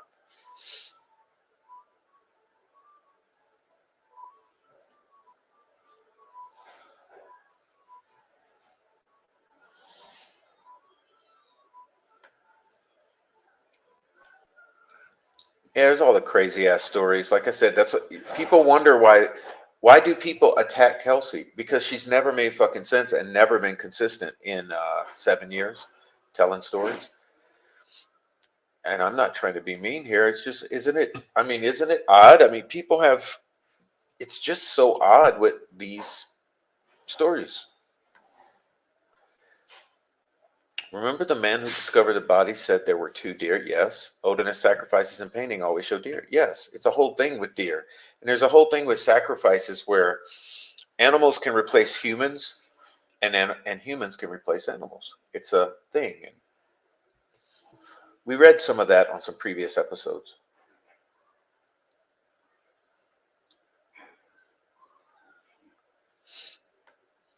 The bodies were washed. There were places that could have been done. Yeah, maybe like the Mears butcher shop. Neck wounds are very messy. I just don't understand how they were cleaned. Those bodies look pretty clean. I think they were equally clean, Chevy. When so for me, I'll say it nicely. I think they were equally cleaned, but I think that Libby had blood drizzled on her, and she clearly had blood on her hands. So I don't know. It's sad. It's very sad. Yeah, almost makes it sound like Pat Brown put his DNA on them. I mean, it's also such like I said, this whole thing is bullshit. Every story you've ever heard just sounds like total BS. Thank you, James, for the wonderful super chat. Thank you very much. Thank you so much. Yeah.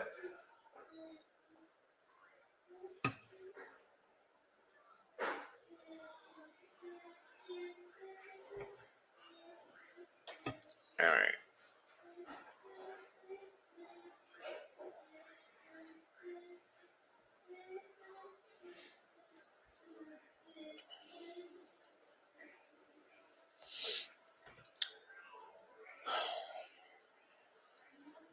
I'm trying to wind it down, y'all. Let me catch up with the chat, and we're gonna call it a night.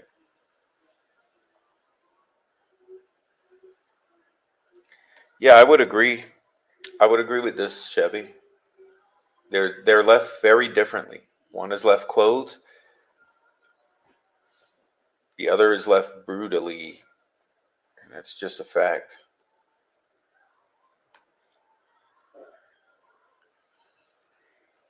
Both girls received equal amounts of attention, but the attention was different. You know, Libby's not flesh and blood to many in that house. Delphi made a bunch of money. It's almost like what children do after killing something, a sort of humiliation aspect. Then once adults catch wind, they attempt to fix the mistakes made by the children. Think the whole clothes things was a scramble to fact whether Abby matched the fake Snapchat. Not only that, hey, think about this. Remember, for 6 years, the story was that Libby was in sweatpants. Crime scene photos are leaked, and the 136 pages come out, and what do we see? What do we discover? Abby's wearing jeans. She's not wearing sweatpants. So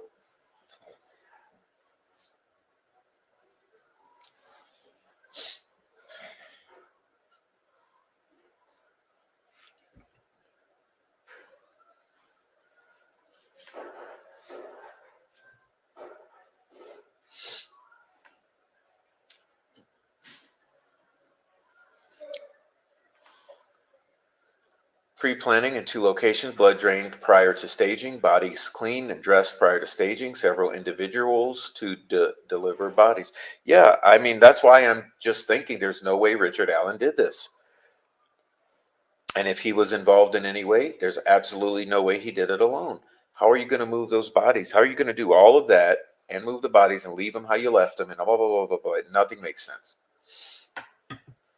Good night. Got a woke 2-year-old on the loose. Thanks, Prof. This was equally amazing as these folks are total whack. Good night, Simone.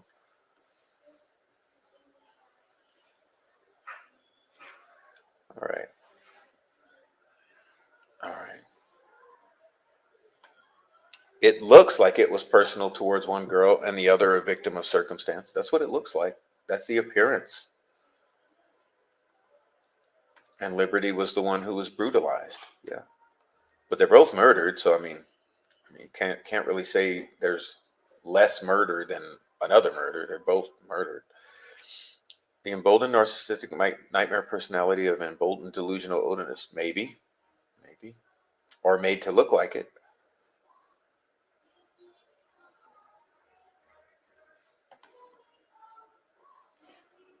I don't know if Brad Holder, more of a critical thinking problem. Investigation of even average degree would clear up the question if Brad Holder is being framed. Can't even answer what we have now. No, that's what I'm saying. Like, we haven't gone to trial. We don't know anything. What's his name? Phoenix made a good point recently, saying that we don't even have a clear theory of the crime from the prosecution. We don't know what they are saying. We don't know the evidence. We also don't know what they are saying. We're just trying to piece together what we think they're saying and what we think the evidence will be. You know, we have 10 times more of a clear idea of what the defense is saying. At least one creator who saw the crime scene photo said one of the girls had a blood trail dripping up their forehead, like the head was angled down at some point. I don't want to talk about that level of detail. All they've done is intentionally F up the investigation for one of a few reasons. Incest, form of powerful pagan weirdos, stay quiet, catfishing, got out of hand, relationship with law enforcement, something like that. Something like that. I don't know. Posting in the middle of the night about working out. It's kind of weird. Is it true that they were practicing militia? No, that's a rumor. Okay, that's a straight up rumor. No one's seen that. I haven't seen receipts. I haven't seen evidence. There's only a couple people alleging that. It just seems like a rumor. But I mean, it's plausible. They are secret keepers. It's not were. There's no were about it. All of Delphi is one huge fucking secret, and it's time for them all to stand up and start telling the truth about what happened in their community. It's really sad.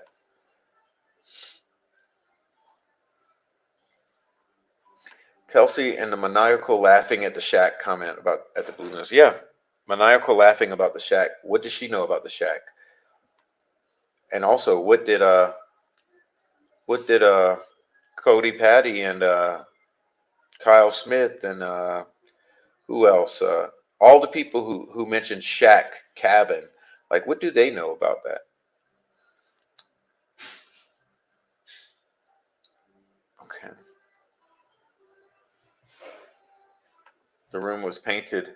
The weird shit is that they put all kind of things on the wall and said the way Liberty left. It's a lie. Yeah, I think it's odd where those things were placed. It almost looks like that was where a drywall patch was installed and repainted over. In my opinion, there were uh, there were morticians present.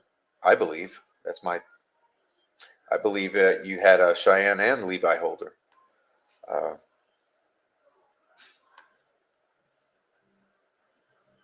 yeah. The weirdo stunt with Becky in the book. Yeah, I'm gonna blaze on through this. Let's wind it up, y'all. I really had a nice time tonight. We went way too long. I went longer than I thought. So I want to thank everyone for being here. I really appreciate you. It was nice to see everyone in the chat and everyone who just lurked.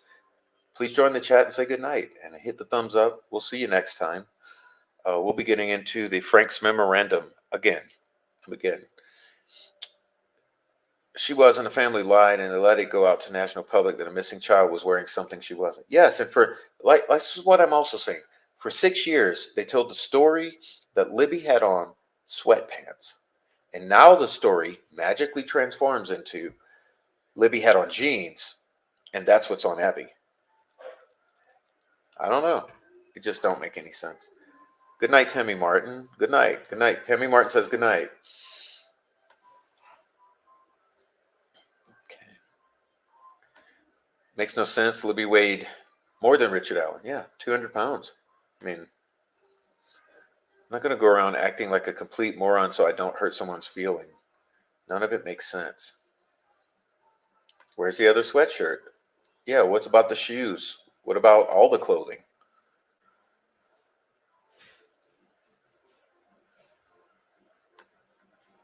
How the F did the police not go, you're a lying and a liar, and she's wearing this, and we found this, and we're wearing that? And what kind of investigation was done into this crime? And how will we ever know? Because did they lose 77 days? Did they lose 77 days of evidence? How many hours of recorded evidence was lost? How many gigabytes of data from family cell phones and other cell phones? Like, how much evidence in this investigation has been lost? How will we ever know what was investigated and what was found as a result of that investigation?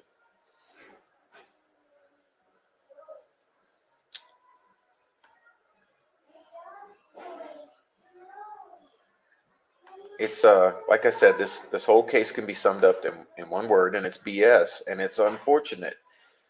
It's very unfortunate. Sorry for the illiterate comments. Trying to squeeze in as much as possible to avoid spam. Well, first of all, it's not illiterate. I've loved your comments, and you did a great job. You did a great job. You have awesome comments. Please come back when you see us on again. Hit. Oh yeah, everyone in here. Look, hit the subscribe. Turn the notification bell to all.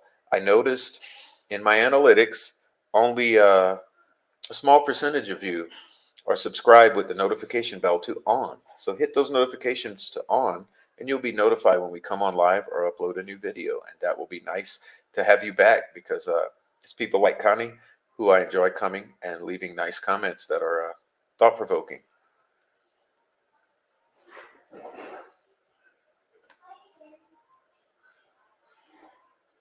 Yeah, they know the process, have the equipment to drain the blood, especially if they did it in the Mears butcher shop. But how will we ever know at this point? Good night to everyone. Yeah, hit the like on the way out. Good night. Thank you so much for hitting the like and for being here. This has to be more than just the Odin thing for the justice system to behave the way they're carrying on. They're going to great lengths to cover up something if someone. Yeah, and I think it's the entire dark web, human trafficking, trafficking operation of the Midwest and possibly the U.S. And maybe one day we will know. Mortician would know how to redress a dead body. Good night, Kayla. Good night, Kayla. Becky mentions Converse by name when she mentions that day. She didn't mention any other name brands. The Converses are the first thing that threw me off on the bridge photo. Yeah, it's also a town in Indiana. Converse. It's right in the neighborhood. Prof, me and you, like, we're absolutely fucked. Being called killers, we are evil for questioning anything that doesn't make sense. Yeah, if you question the obvious, you're a conspiracy theory and a piece of shit. Mortician would be able to remove the blood clean. Yeah.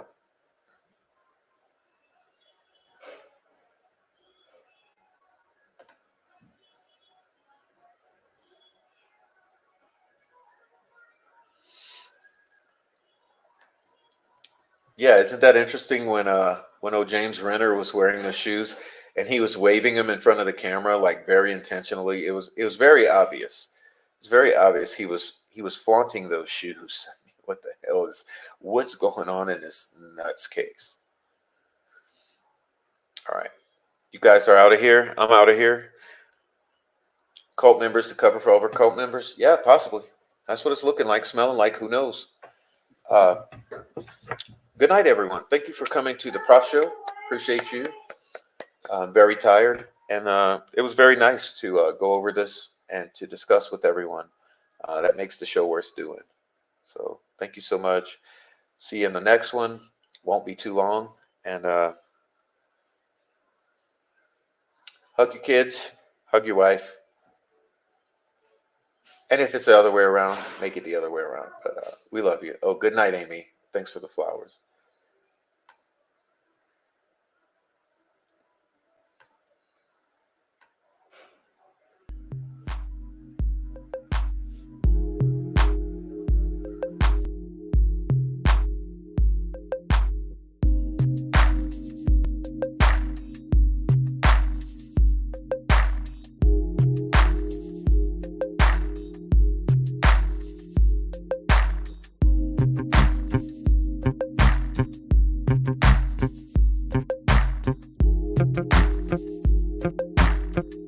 Thank